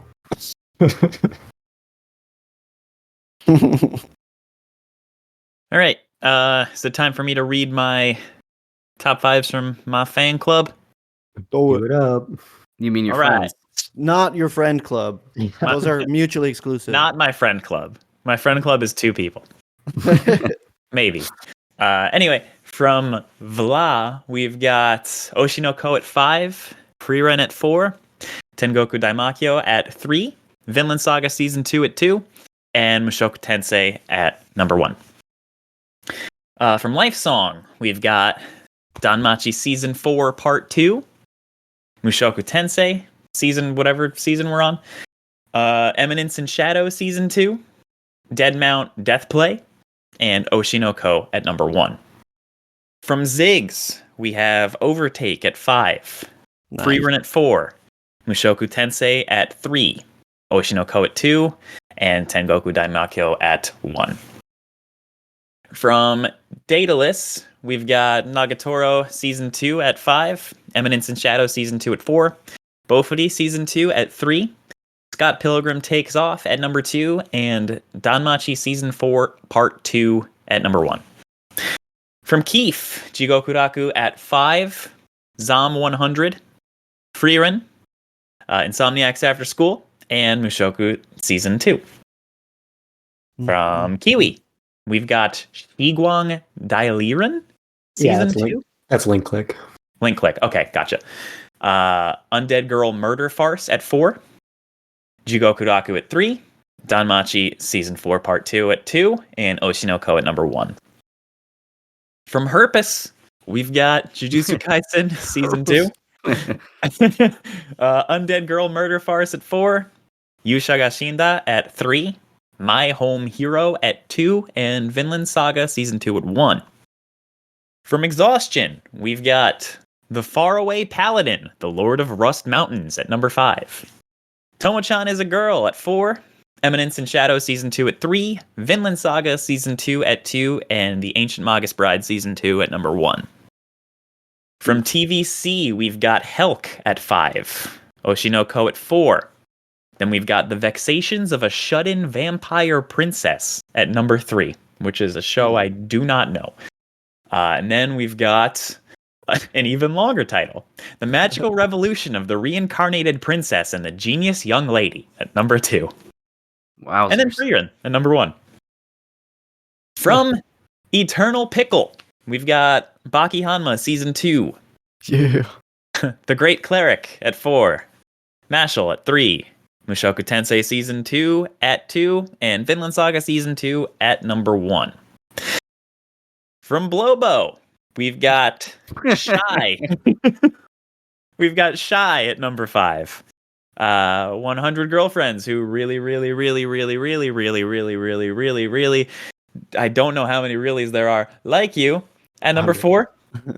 Mushoku Tensei Season 2 at 3, Frieren at 2, and Oshinoko at 1. And then last but not least, actually this is least because his name is also DJ, and you can't just take my name. So last and least, we have Hell's Paradise, Jigokuraku at 5, Bleach, The 1,000-Year Blood War at 4, Jujutsu Kaisen Season 2 at 3, Frieren at 2, and Oshinoko at 1. The whole time you were reading those, I just picture all your fans doing the glow stick dance from Oshinoko as you write 1 million words a month. Oh, you mean the worst part of the whole show? Please make that our episode image. Oh, God.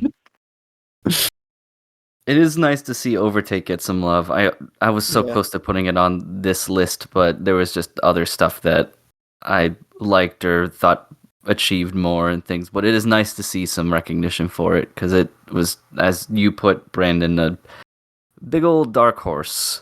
Big dark horse. I like seeing all the Mushoku Tensei representation, because I don't think you guys have put that anywhere on any of your countdowns. No, I don't even watch it. Me no watch. I think I had the second core on my top 10 of last year, or of 2022. Mm. I heard it once on DJ's list and once on Kestrel's friends list, but another show that made my short list awards was Heavenly Delusion, and it got the show that probably would have made my list if it wasn't stuck in Disney jail award. Is that what happened to that show? Because I was watching it and I kind of just stopped it because I was busy. But it was good. Like when I was watching it was weird. Yeah. Yeah. Looked pretty good. Never got to watch it. It was good. Yeah. Yeah, I think you can definitely see why they're your fans, because there's a lot of similarities in their lists and your list. Yeah, that's fair. Okay, now we can get into our number twos. So my number two is Attack on Titan, the final season, the final chapters. So after over a decade, Attack on Titan is finally over, guys. Woo! Yeah. I still haven't watched it, so don't spoil anything. You think I'm gonna spoil something boy. here? Yeah, no. I mean, well, yeah. Do it, Kestrel. No, Dude. we'll do an episode focusing on the full series when all of us have finished it. But I'll briefly mention a few things about this final stretch. And if I were to consider the two special separately, the first one would definitely be the one that's on my list. That's still like Attack on Titan at the peak of its greatness. It's got the exhilarating action, the emotional resonance, the visceral tragedy. The second one still has plenty of that as well, but the ending is what everyone talks about, and it's true that it's not as strong as you'd hope from the series. However, I did read the manga version right after I watched it, and if anything, that makes me appreciate the anime as a whole that much more. It's always been a brilliant adaptation that enhances the source material to an insane degree. There's no denying that the real brilliance of most of Isayama's storytelling, that's at the heart of the whole series. Like, he's had incredible storytelling throughout. But I think so much of what makes Attack on Titan a great anime is purely from the adaptation. I'd even say that most of the aspects that they improve upon in the anime were kind of awful in the original manga throughout the entire series. And I feel really bad for Isayama, because he wrote himself into this very complicated corner that had no happy ending and very little chance of a satisfying ending. But unlike, say, George R.R. Martin, he doesn't get to take 15 or 20 years off when he has writer's block. He's got to churn out 50 pages of content. Yeah. He's got to churn out 50 pages of content every month, whether he has an idea in his head or not. And I think he just buckled under the pressure for the final leg of this marathon, and he gave his beloved series a relatively terrible ending. To what you said about him not like buckling, he literally never missed a monthly deadline for the 10-year run, except for in the last year, because the magazine fell on like a holiday and it didn't publish on that month. So like he literally didn't stop. Yeah, it's insane. And it was even longer in the manga. It was 12 years for the manga to complete, only 10 for the anime. Yeah, so the anime was never going to change the manga ending completely.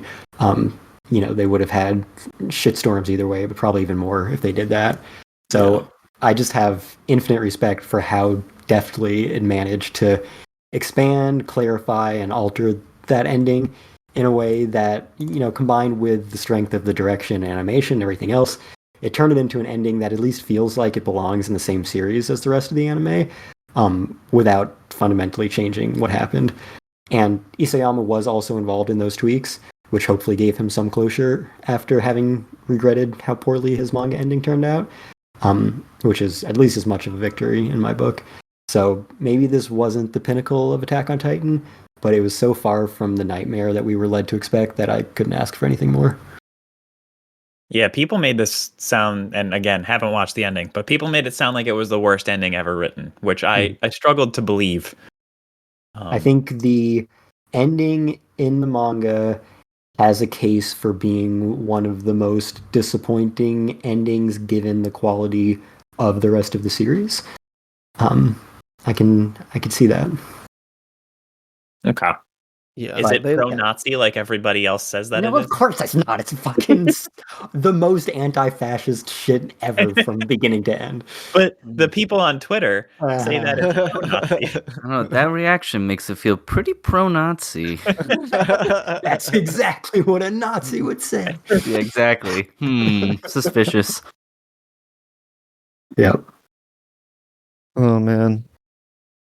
Yeah, they really, like you said, like they really couldn't have like changed it too much. I think they did the right thing by just enhancing it. They gave it a little more room to breathe, and this isn't really a spoiler, but like one of the last conversations that happens Mhm. gets a little bit more fleshed out. And I feel like that's something that the manga struggled with, is that like because of its page count and the swiftness of the wrapping up dialogues, like Isayama literally had to create like an epilogue chapter to kind of even like round it out some more, and people like of course still weren't satisfied, but it's like it needed a little bit more after that initial end.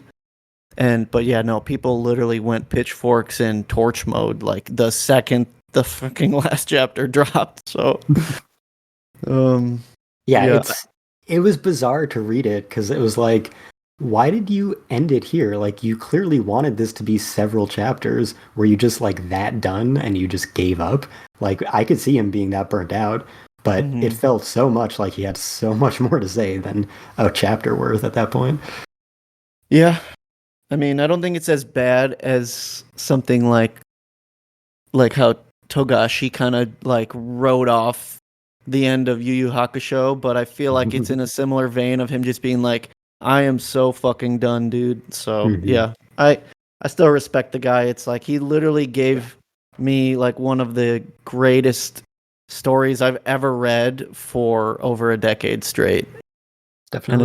And it's like, how do you what property has ever given you an ending as satisfactory as like years of amazing content? Like Breaking Bad.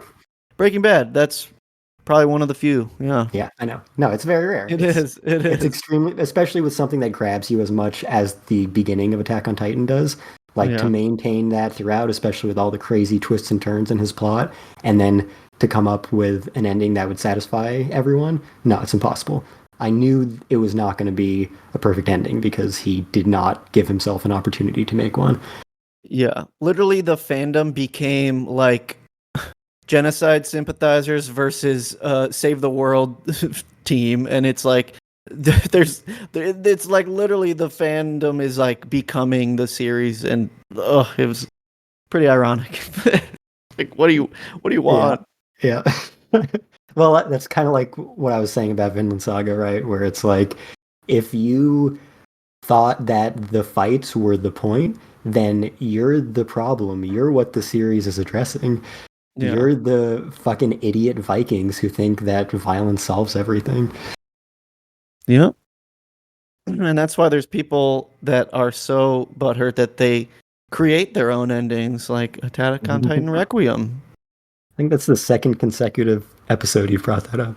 I have. It needs to be known that people are stupid. I mean, I think all you've done is given whatever that is more views.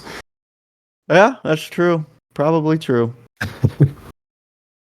But it's okay, because we're not talking about that anymore. We're talking about peak fiction, which in my number 2 slot comes out to be Pluto. And now, this was tough because I feel like Pluto on my initial draft was my number 1, and I feel like because of binge model and my own inability to like watch it at a good enough pace, I wasn't able to fully enjoy it as much as I wanted to, but it gets this spot because the source material is one of my favorite stories of all time, and this is like one of those lifelong anime projects that you just like wait for and wait for and wait for, and even after it's announced, you wait for and wait for, and you're like, is it even real? Like, I don't think it's real. And then it happens, and you're like, I still can't believe it's real until I hit the play button. And then you're watching it, and it's there, and it looks great. It perfectly captures Urasawa's style, and the thing is that the story very much is carrying it, because I mean, Urasawa is just like untouchable in writing dramas, mystery thrillers. He is just like, he literally takes one of the, the flagship of anime. He takes the god Tezuka's Astro Boy and one of its, more dark and intriguing arcs, and like turns it into something almost completely different because of the way it's framed for the time it came out.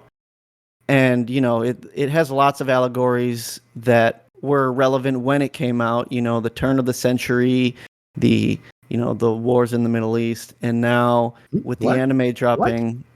I don't think there's any connection there. I think you probably are just reading into it. I don't think there's any similarities. You don't think so? I don't really know where you're getting that from. Yeah, no. I mean, next you're going to tell me that Apothecary Diaries is like based on China or something. Or like Spy Family is based on Germany. Yeah, you're kind of out of it. You're telling me Berlin is its own thing that is original? Yeah. But yeah, and I just think it's even more relevant now, when the anime is coming out with AI talk and more conflicts in the world that are happening. And no, I mean, this is just such a perfectly crafted show, and it's perfectly the 8 episodes. They capture all 8 volumes, and I think because of the nature of it being like a mystery thriller, there are some pacing issues, and like the animation it looks kind of flat at moments, but there are also some moments that look really breathtaking, and I just love the story, and I'm just amazed that it actually happened. We actually got the Pluto anime, and it's here, and it's good. Indeed. So yeah. Yeah. Go ahead and hop in. Yeah, so now we need the 20th Century Boys anime, so get on that, Maruyama. I was going to say another 10 years for that, and then Monster remake in another 20 years. Yeah, exactly. That is, I got to talk to Maruyama for brief little minutes there at AX about this series. Unfortunately, he didn't really answer my question about AI and how it compares to like our current environment. But we basically talked about him establishing a new studio for this project and how it took him 10 years to create it. And yeah, that's just super fascinating. And this is his kind of life project because he is the only person who worked with Tezuka back when he was making Astro Boy, and then adapted all of Urasawa's manga that got anime adaptations into their anime adaptations, as he was running Madhouse for those decades. So, it's the perfect culmination of his career. And also, I kind of used that philosophy with showing it to my mom, who, for those of you who don't remember, when I lived at home, she watched and read most of the anime and manga that I got. That would be like our thing. Like we'd watch anime together, and I'd leave whatever volumes of manga I got on the table, and she would just read them. And it actually goes back much, much further than my existence, because she happened to be watching Astro Boy whenever it aired on American TV in 1963 when she was 9 years old. So that, and the fact that probably her favorite manga series of all time are Monster and 20th Century Boys, and Monster is one of her favorite anime of all time, just made this like the perfect culmination of her interests and experience with anime throughout the past 60 plus years to show her. And she happened to be coming to visit like right after it dropped on Netflix, so I immediately rewatched the whole thing with her, because it was like, yeah, this is just the perfect audience for this series. Like, who else was watching Astro Boy in 1963 or was working with Tezuka in 1963 and then followed all of Urasawa's creations and was like the biggest fan or the biggest collaborator. So yeah, my mom and Masao Maruyama are the the pillars of Pluto the anime. I love the way the stars align there. And also, Brandon, you need to read Monster and 20th Century Boys, because I'm getting on I love Pluto. I love the manga series to death as well, and I think that both of those series are infinitely better. Yeah, I'll get to that when I find the time. But I think you also make a good point that of course your mom has a lot of entryways to make this like a show that she would really enjoy. But I think just in general, with Pluto being on Netflix and with Urasawa style being very like worldly, and it does like Pluto doesn't, and Urasawa style in general doesn't have the like pitfalls of being too like anime like that kind of like scares away people that don't usually watch anime. So I feel like it being on Netflix is just a perfect entry point, and I feel like Pluto should be considered one of those like baby's first anime. Just like if you want to get into anime, watch something like this and see what it's all about. Not Excellent just for dub. kids. Excellent dub too, which helps. I'll have to rewatch it in the dub. Yeah. And, for people who did watch the Monster dub, unfortunately, it didn't get added to Netflix when the Japanese version did. But for people who did watch that, this dub has tons of callbacks to it. So, like, it's directed and written by Patrick Seitz, who also did the Monster dub. And, Urasawa reuses a lot of character designs from one work to the next. So every time he reused a character design from Monster to Pluto, which is a lot, they cast the same actor in the dub. That's funny. Yeah, so like, Epsilon is Johan, for example, for main characters. Yeah.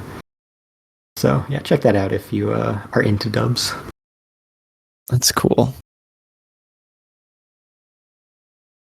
All right. We're moving on. Cain, you said you had something to say about this? Yeah.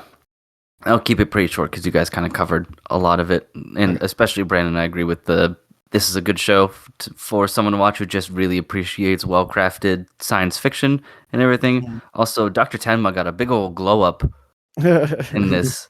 He looks great. And I was like, I want to look like that when I get older.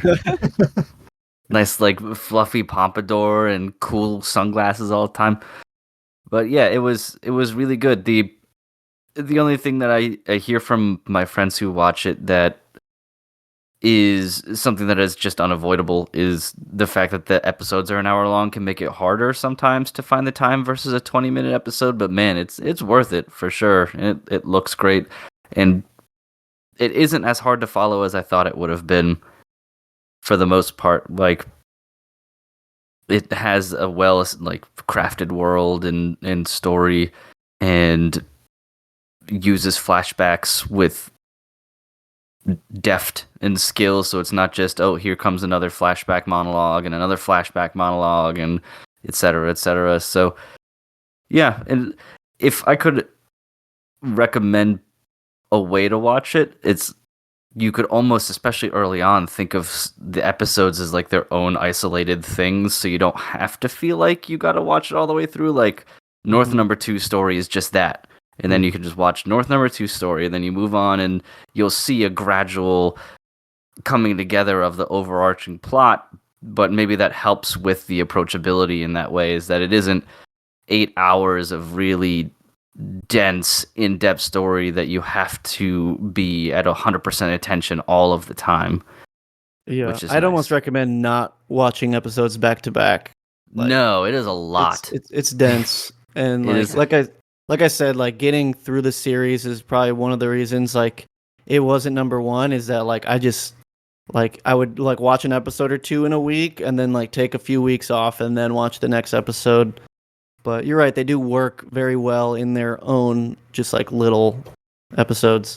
Yeah, as the show carries on and you get into episode like 6, 7, and 8, that becomes a little more difficult because all the events start culminating together and everything. But when they're kind of the individual vignettes on each of the robots doing their stuff, it makes a little bit easier to digest. Yeah. And no, I didn't put this up so high just because there's a character named Brando, okay? I mean, not because there's a character, but because he's the greatest warrior of all. It's true. Now, I think for full immersion, to empathize with the creative process behind the show, I would recommend taking 10 years to watch it. Yeah, for real. I also I agree with what you said, Cain, that like it wasn't very hard to follow despite it being like, they do try to like lead you on, and like they keep the mystery pretty vague the whole time, but at the same time, when there's a big reveal, it doesn't feel like it was a whiplash moment or an ass pull. It's just they're like leading you on, and they're like, come on, you can get the breadcrumbs, you know where we're going with this, and it just feels satisfying whenever we get to a new conclusion and open a new batch of questions. Yeah, That's like Urasawa's bread and butter. He's just like so good at writing it. Yeah, it proceeds very logically, and I didn't feel like any one particular reveal was a leap in that logic where I had to like pause an episode and think back, okay, well, how did this happen? Well, they didn't show this, so this must have happened off screen somewhere, and all this. Like the puzzle pieces all came together very nicely. Mm-hmm.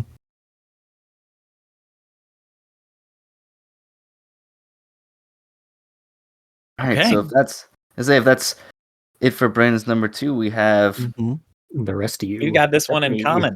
a big old combo Yeah. coming up here. Oh so. yeah, and Brandon's number 1. So Yeah. okay. Oh, yeah. Our number 2, Cain and I's number 2, as well as Brandon's number 1, is Vinland Saga Season 2. A series we have already talked about at a couple points. And yeah, most of the things that I wanted to say about this show have already been said. But I think the one thing of somewhat substance that I can add is a brief comment on how I think that this season was a lot less consistent than the first season. Whereas like the first season, it was pretty fantastic the whole way through. This season had several episodes that were just way better than the rest of them. And I don't think that makes the rest of the show not good, as evidenced by me putting it at my number 2 of the year. It's just a thing I noticed. I still like Vinland Saga a lot, and I think that the fucking Valhalla Hell episode was the coolest shit I saw all year. With probably the best animation I saw all year as well. That was just fucking beautiful. Yeah, it was a real pinnacle moment. It was so intense and just like came out of nowhere. But yeah, I think it got the point across, and I'm really invested in Thorfinn as a character now, because like Kestrel said earlier, he's a fucking little bitch for the entire first season of the show, and the amount of change that he's gone through is absurd. And I guess that he has that in common with my number 1, which we'll get to soon. But Vinland Saga Season 2, way different than Season 1, not in a bad way. They're both excellent. They're just completely different shows.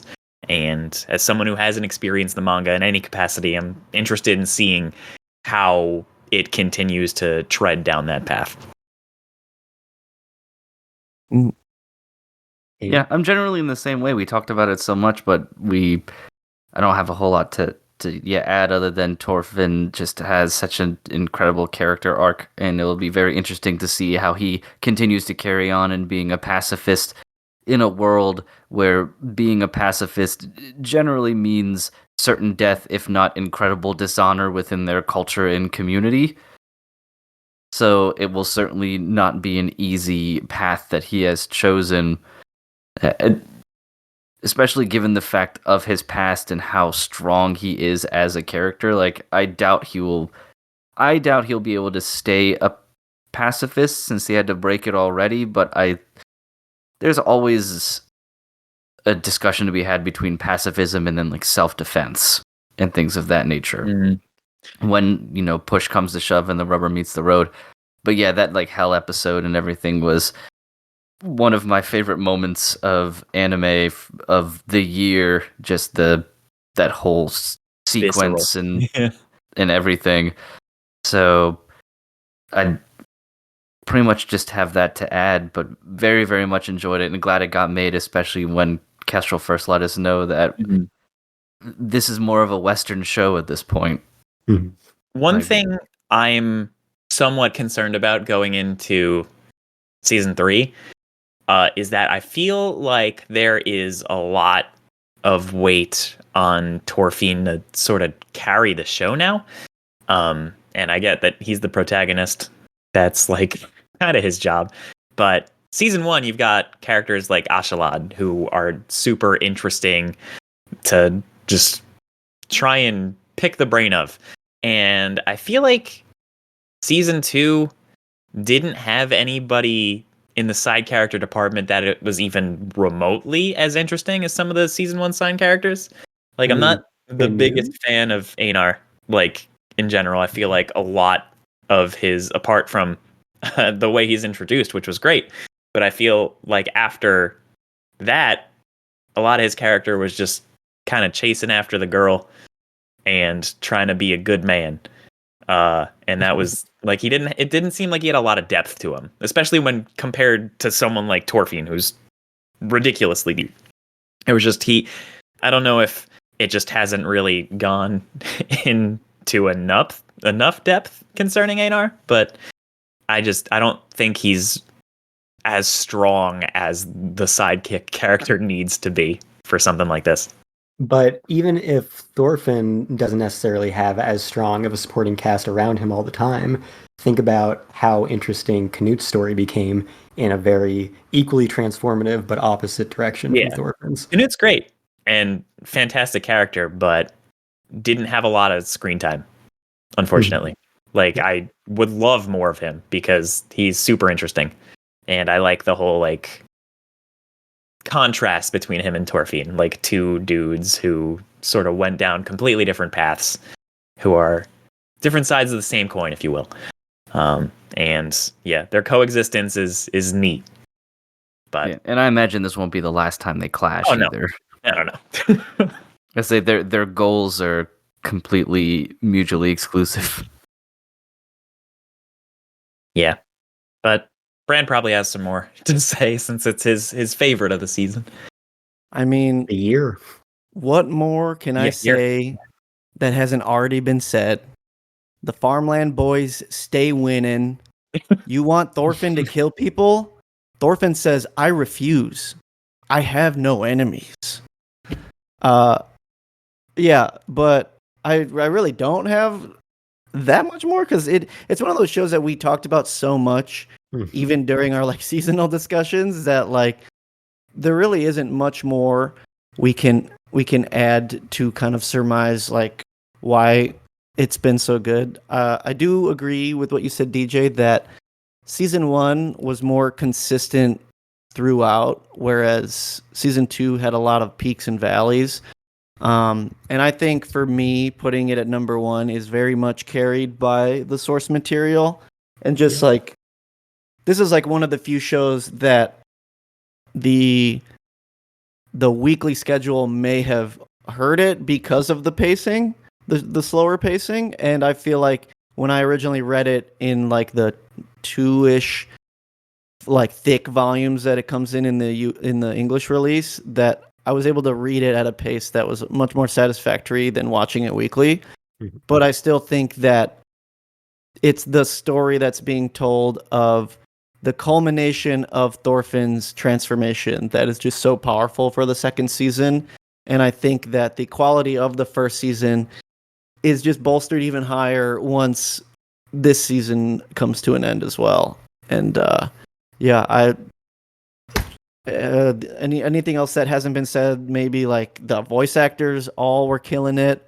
I agree that like Einar wasn't always my favorite character, and sometimes I feel like the way they wrote him in the second season kind of felt a little different than how he came off in the manga. Yeah. But I do think that his voice acting was stellar, and Thorfinn as well, because this whole season we mostly heard his monotone-ass voice, aside from like his dream screams. But when he had like his moments of like letting it out, it was very powerful. And there's so many characters that are interesting. Like you said, Knut's story is super compelling to see the opposite side of the coin of his growth, but also of the youngest son of Kettle's family. I think DJ didn't really enjoy that character as much Yeah, but I for one really enjoyed his story, and I feel like he's another necessary type of character in the dynamic of like the father son story that's being told throughout Vinland Saga. Um, but yeah, I mean, I agree that season 2 maybe consistently didn't have the highest quality throughout, but like the peaks and the culmination of Thorfinn's character, like far and away, are more impactful than anything else that I saw this year. So I felt like I had to put it at number 1.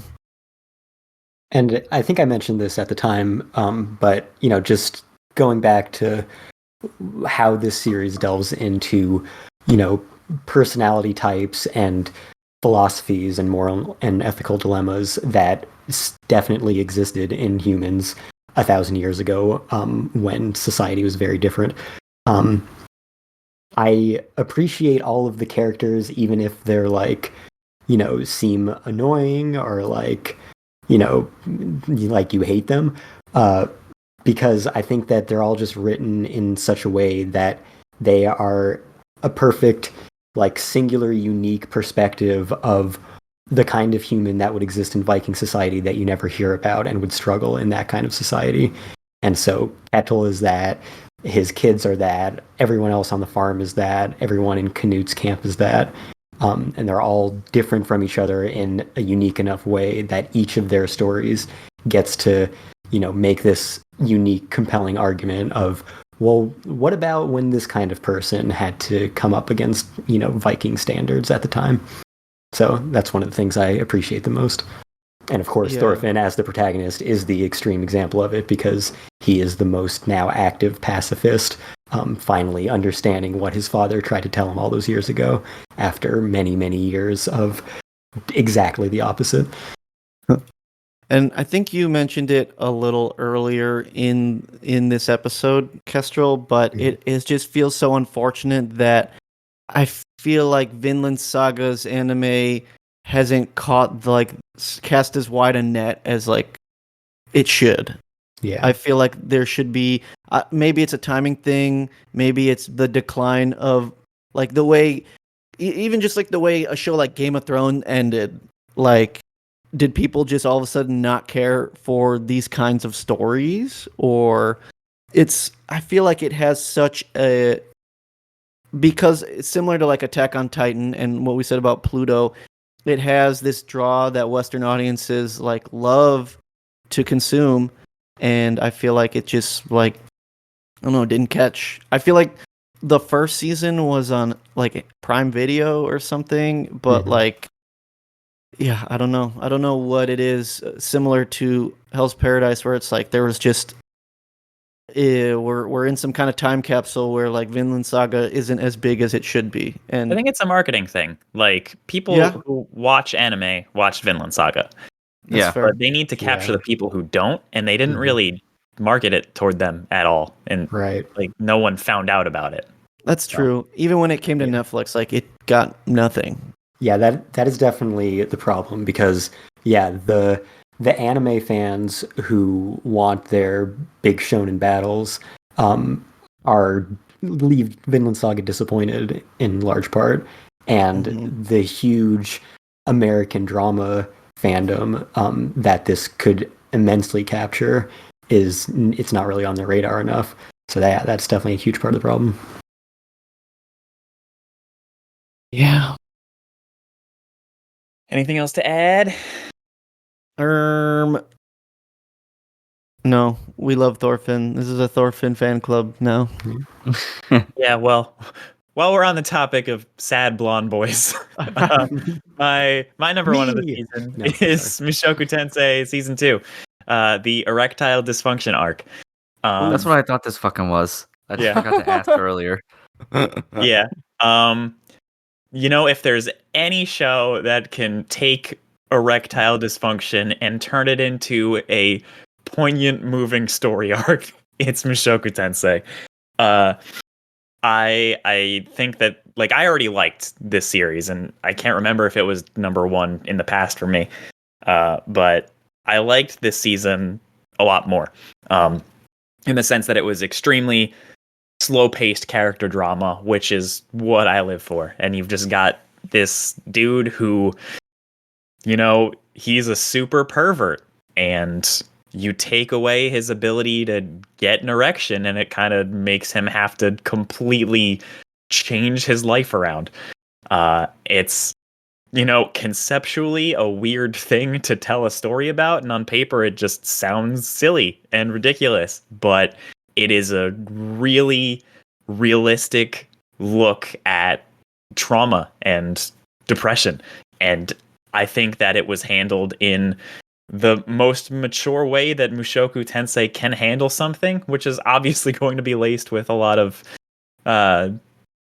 dark humor and shit like that. But overall, I think it was such an expertly told story of trauma and trying to overcome it, while at the same time touching up on some of the shit from the first season, like some of the loose ends, particularly things with Sylphie and just her character in general, seeing the changes that she's had to go through and what she's been doing while Rudy's been on the opposite side of the world.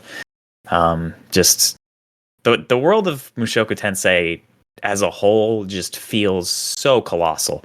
And I know that's because it is. It's a huge ass long story, and I'm glad that they are not rushing through it. In the grand scheme of things, it didn't really feel like much was accomplished at all in the 12 episodes we got. It was just Rudy's depressed and traumatized and has to overcome that. And I think that was the perfect way to handle this situation.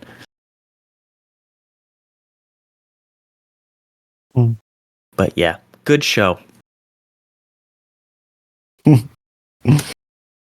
I cannot say I was expecting a no boner show to have anything truly serious going on outside of that. So at least they did some psychological exploration. It's super serious. Yeah, like I said, on paper it sounds ridiculous, but you also wouldn't get that a real reaction to what happened, how the problem arose and how he eventually makes it go away. He's learning things about himself, where it's the one thing that he's basically held on to through his entire journey, his perversions, is gone. And it's well, fuck, what am I? Do I not even like girls? What's happening?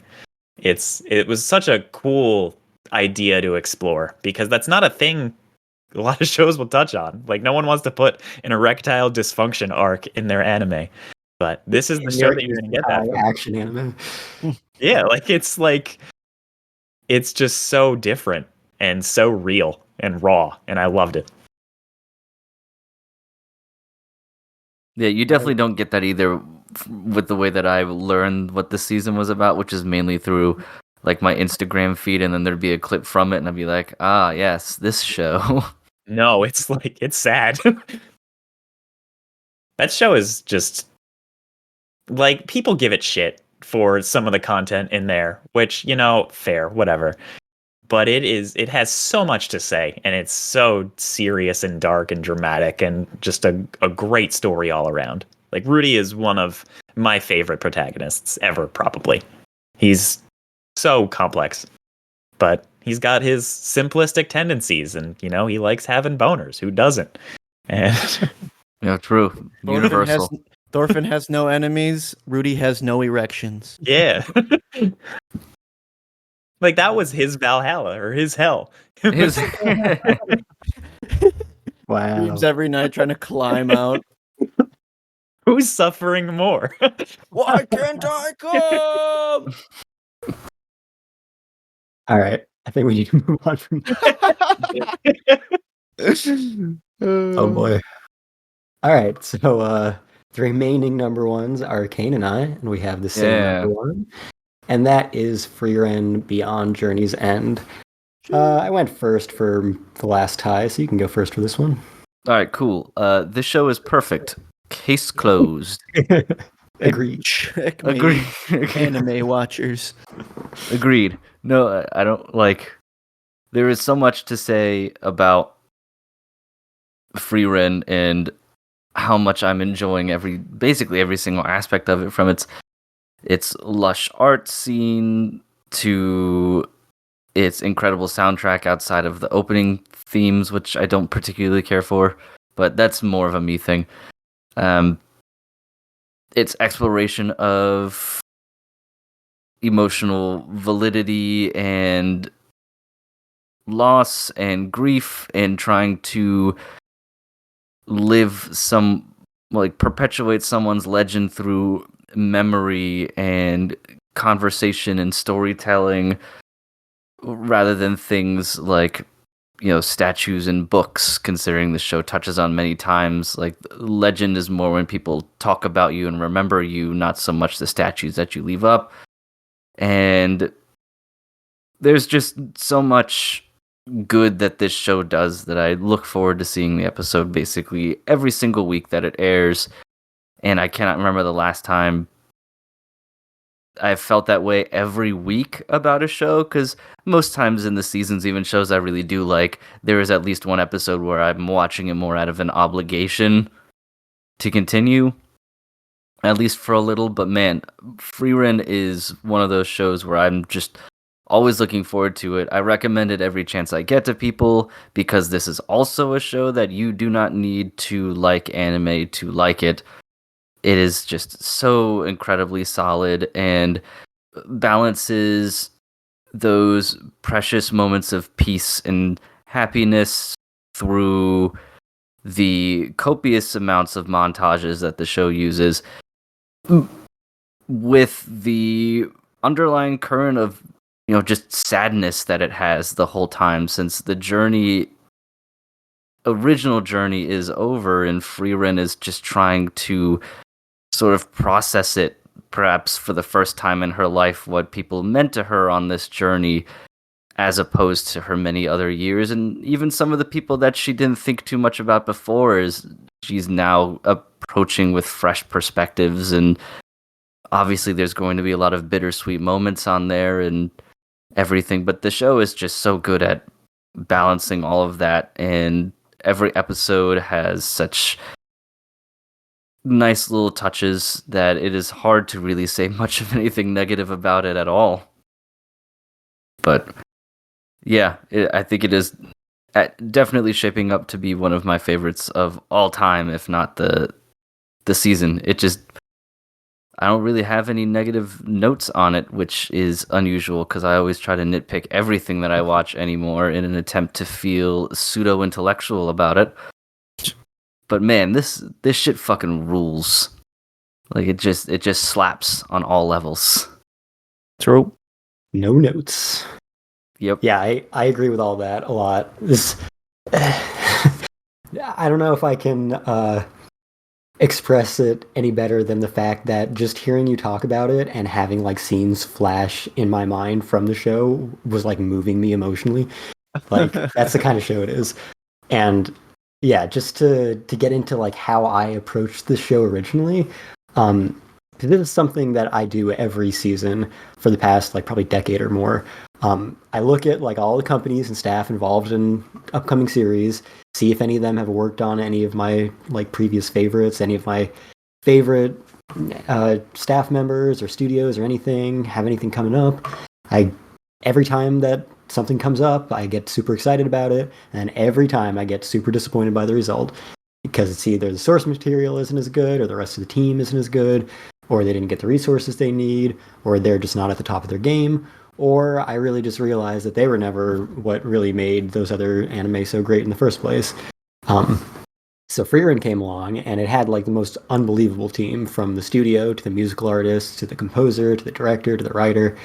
And so I tried so hard not to get my hopes up after so long of disappointing myself. But then the impossible happened. Not only did none of those elements let me down, but Frieren showcased each of the creative forces at the peak of their respective ability. And I had already heard good things about the manga, so at least they had good material to work with. But I don't know, the craftsmanship of the production just blows my mind each and every week. It's such a beautiful series in every way. And I talked at length about how far and above any other studio Madhouse sits when we did our top studio ranking last year, and this just widens that gap by yet another massive gulf. Like you said, just rich, lush, painting-like aesthetics that, you know, really evokes the story's pathos so poignantly. And then on top of that, it'll just turn into the best animated action series on TV when the plot calls for it. And I'd say that even in a season with Jujutsu Kaisen, like it had in competition with it. Everything about the music is incredible. Like you mentioned, I do love all the theme songs. I can get how the first one isn't necessarily the most fitting tonally, but I do love the song and the sequence. I think the ending in particular is beautiful, and the way that they're using the second half of it for the second core is just that fucking got me too. Mm-hmm. I was like, this is the second half of the song, and it means something entirely different. Exactly. All the lyrics. Also, Miele had another song that they used as an insert song in some of one of the later episodes of the first core, which I just thought was perfectly utilized.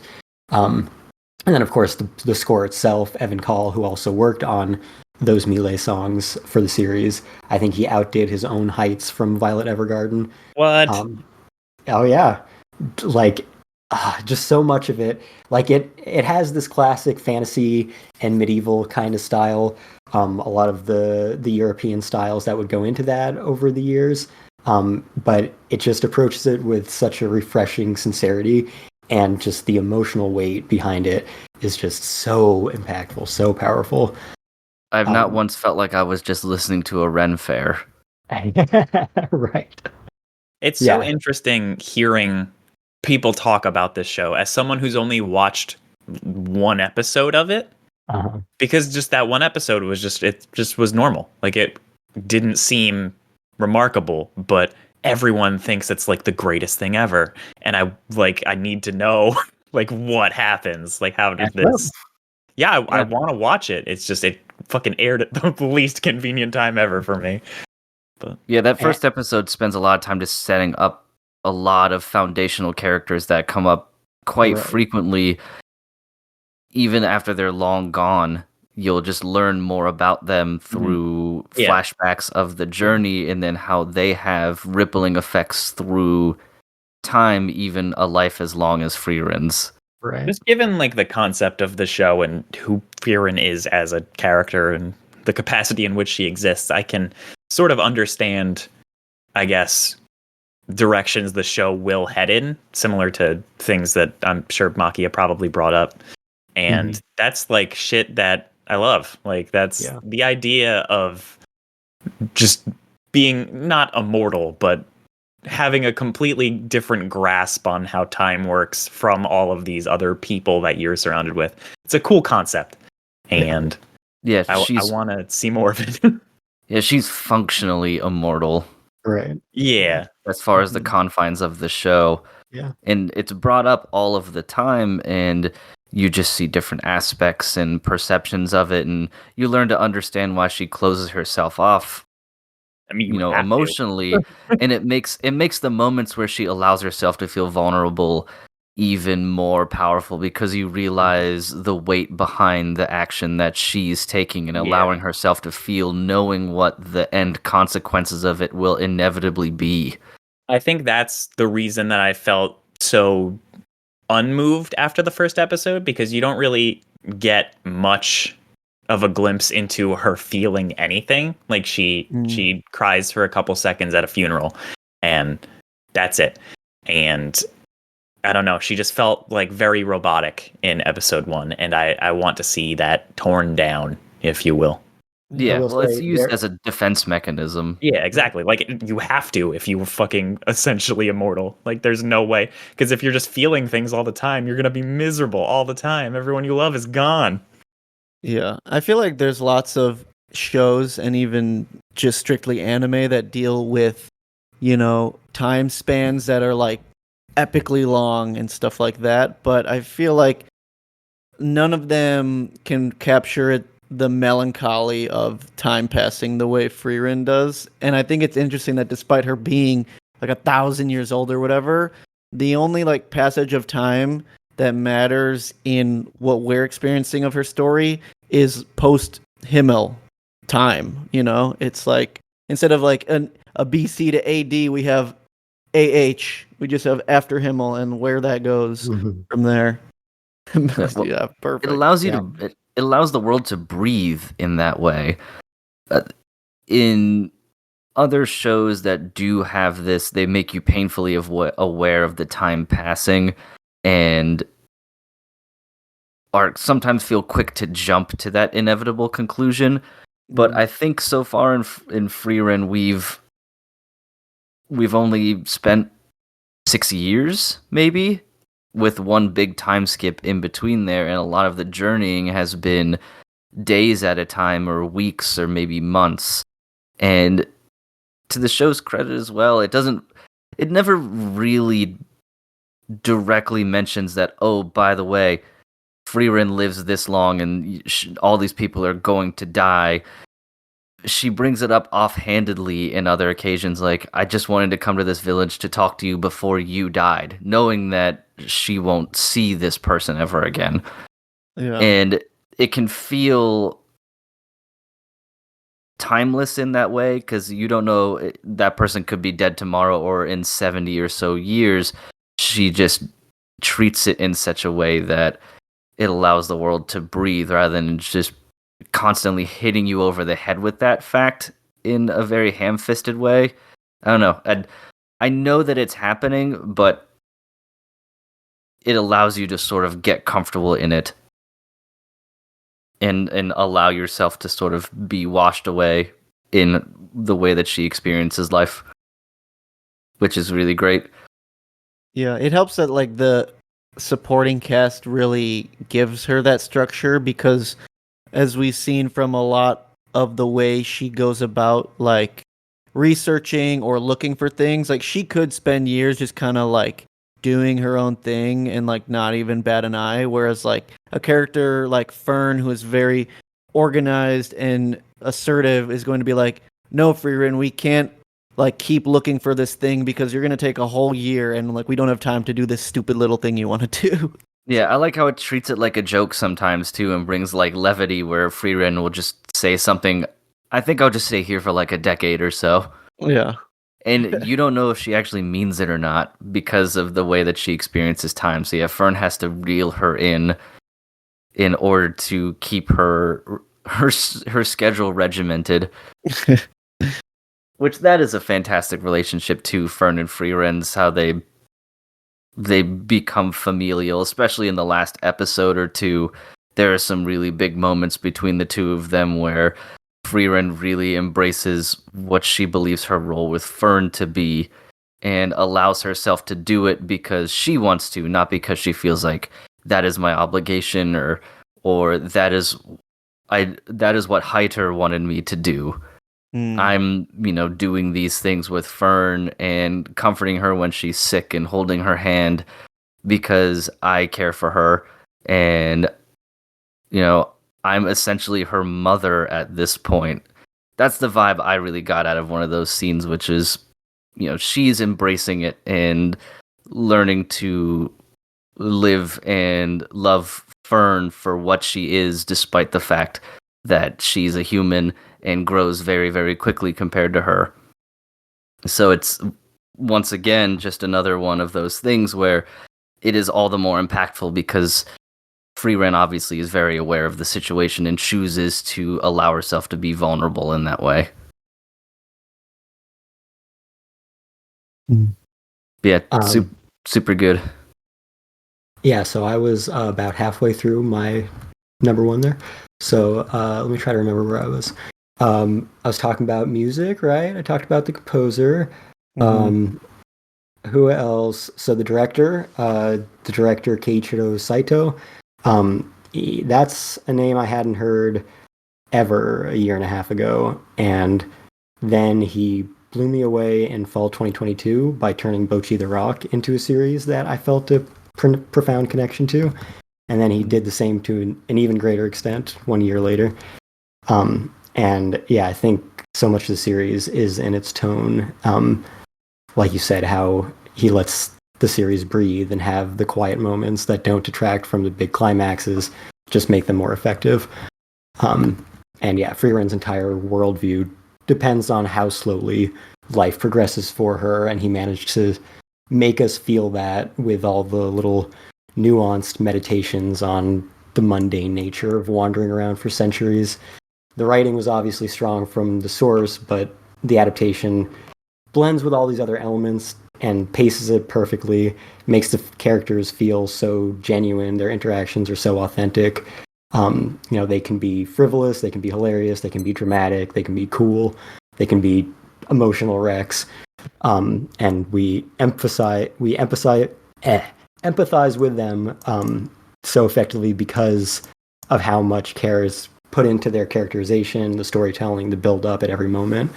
So it's such a moving story, not because huge events are happening, but because the themes it explores are just so universal and so deeply realized, even if it has this fantastical subtext superficially, or I guess supertext for it to be superficial. But it literally subverts the construct of a fantasy party adventure to the extent that its entire premise is predicated on the grand adventure already being over and the Demon King already being defeated. And I think if anything, that seemingly generic fantasy setup is just another one of the challenges for it to tell such a grounded story. But instead of being a challenge, it just uses it to enhance everything that it is exploring. Particularly Frieren's ruminations of life from that unique perspective of someone who sees countless generations come and go. And it even, embraces those trappings to consider how certain archetypes and tropes would function in a realistic examination of, social dynamics. Just like Vinland Saga does, how, personality types and moral quandaries and all that would exist in a time that actually happened that we don't necessarily think about. This is how it would exist given these other kind of rules that have been set forth by, your Tolkiens and your D&Ds throughout the decades of fantasy media and fiction. And yeah, just everything about it just so meaningful, so understated, and yeah, it's already a strong candidate for one of the greatest anime of all time, and we're only halfway through. Damn. I'm excited to continue this show. And in like Oshinoko, they did start us out with 4 episodes at once. They were 4 individual episodes. I think maybe in Japan they were presented all together. But unlike Oshinoko, you can just watch the first episode, but I think it was kind of deliberate for them to give us 4 episodes right off the bat so that we could kind of see some of the different aspects it would explore without having to rush anything. Yeah, I was unaware of that when I watched the first episode. Yeah. And because of that, we also get an extra long 2 cores. It's going to be 28 episodes right off the bat. Oh, nice. Yeah, so far everything is just so masterful and just keeps getting better. So cannot wait. All right. Cool. Anyone did it. have any final thoughts on any of that? Anything we've talked about? Honorable mention to Blue Lock that I didn't put in the countdown because I didn't think it counted. Cool. Which is weird because I've been able to do this every time. It's the restriction in your own mind that's stopping you. Yeah, you need to break free from those confines. Allow yourself to put whatever you want down. It's true. I put Clannad After Story as my top anime of the year. I mean, Bran did try to put One Piece at number 1, and I stopped him. I will say that despite us never including One Piece in our seasonal discussions, which is fair, and I choose not to put that in our seasonal discussions list, I think the anime that defined 2023 is One Piece, and I will not accept any disposition. Well, hopefully we'll get to include the One Piece at number 1 in a year. There we go. That'll be our consolation. All right, let's aggregate some of these and see what came out on top overall. So first, we're gonna do just the 4 of us here. Our top 10s all aggregated. So if anyone has not experienced one of these, number 1 gets 10 points, so on. So with that, we have number 10, Skip and Loafer. Number 9, Attack on Titan, final season, the final chapters. Number 8, Oshinoko. Number 7, number 7, Mushoku Tensei 2. So obviously we've gotten to the point where we're past the ones that only one person has included. Yeah. That gets number 7 from 10 points from its number 1. Mhm. So now we have number 6, Jigoku Raku, Hell's Paradise. Number 5, The Apothecary Diaries. Number 4, hold on. Why is this not? What'd you do? What did I do? Did I break it? Technical difficulties. Apparently. We broke the internet. Yeah, I don't know. Okay, The people need to know. The people need to know. I know. I need to know. Oh yeah, sorry. I was doubting myself. That's right. Pluto was on Cain's list too. Okay, yeah. Number 4 is Pluto. Number 3 is Jujutsu Kaisen second season. Number 2 is Frieren Beyond Journey's End, and number 1 is Vinland Saga season 2. Let's go. Yeah. I know that the aggregate list of everyone will look much different. Oh yeah. I already know which one's number 1, I'm pretty sure. All right, let's do everyone together now. So now we have number 10 with 28 points and one number 1. Actually a two-way tie. Both of these were 28 points with one number 1, and that is Skip and Loafer and Link Click season 2. Nice. Number 9 with 30 points is the 100 Girlfriends that really love you. Number 8. Yeah. I was just gonna say I can't wait till Inio Asano's new anime gets made so we can put Dead Demons Destruction on our lists. Yep. Which is kind of similar to the title of this one, because in Japanese, it's die die die die die die die die. That's true. Yeah, so number 8 is Jigoku Raku, Hell's Paradise, 31 points. Number 7 is Danmachi Season 4, Part 2, with 31 points and one number 1. Number 6 is The Apothecary Diaries, with 49 points. Number 5, Jujutsu Kaisen, second season, 61 points. Number 4, Mushoku Tensei 2, with 62 points and 3 number 1s. Number 3, Vinland Saga Season 2, 82 points, 4 number 1s. Number 2, Oshinoko, 114 points, 5 number 1s. And number 1, Frieren Beyond Journey's End, 129 points. Pretty big gulf there, actually. Wow. I thought Oshinoko had it, but damn. Yeah. All right. Well, good for Frieren. Let's go. Yeah, even if another person gave it even if a few other people gave it number 1, I don't think it would have even topped it. So yeah, Frieren is on top for overall of the, what do we have here, 27 lists that we have. The difference in mana was just indescribable. Can't stop, won't stop. I will say, no matter what, Yoasobi wins because they did the opening for both number 1 and number 2 here. They are fucking, they were big That's before crazy. those songs, but they are giants in Japan now. Yeah. Okay, well, Wow. unless anyone has any thoughts on the aggregates beyond that, we can round it out. I just gotta say, it was nice that I was organically able to touch on most of my side list stuff, Mhm. but I did want to mention, because I think the boys would like this, that I also gave an award to the show that was the best buddy who was also a daddy, going to Buddy Daddies. The perfect award. That's a show that existed, yeah. I think it deserved that award. Fantastic. All right, I'm good. Cool. All right. Well, thanks for listening, everyone. I know this was a bit of a longer episode, as these ones tend to be. Please subscribe, rate, and review wherever you find podcasts. We're on Apple Podcasts. Google Podcasts is actually being deprecated this year in favor of YouTube Music. So you can move your subscriptions over there for now. We're going to look into making the show actually searchable on that platform. Hopefully they improve on that a little bit.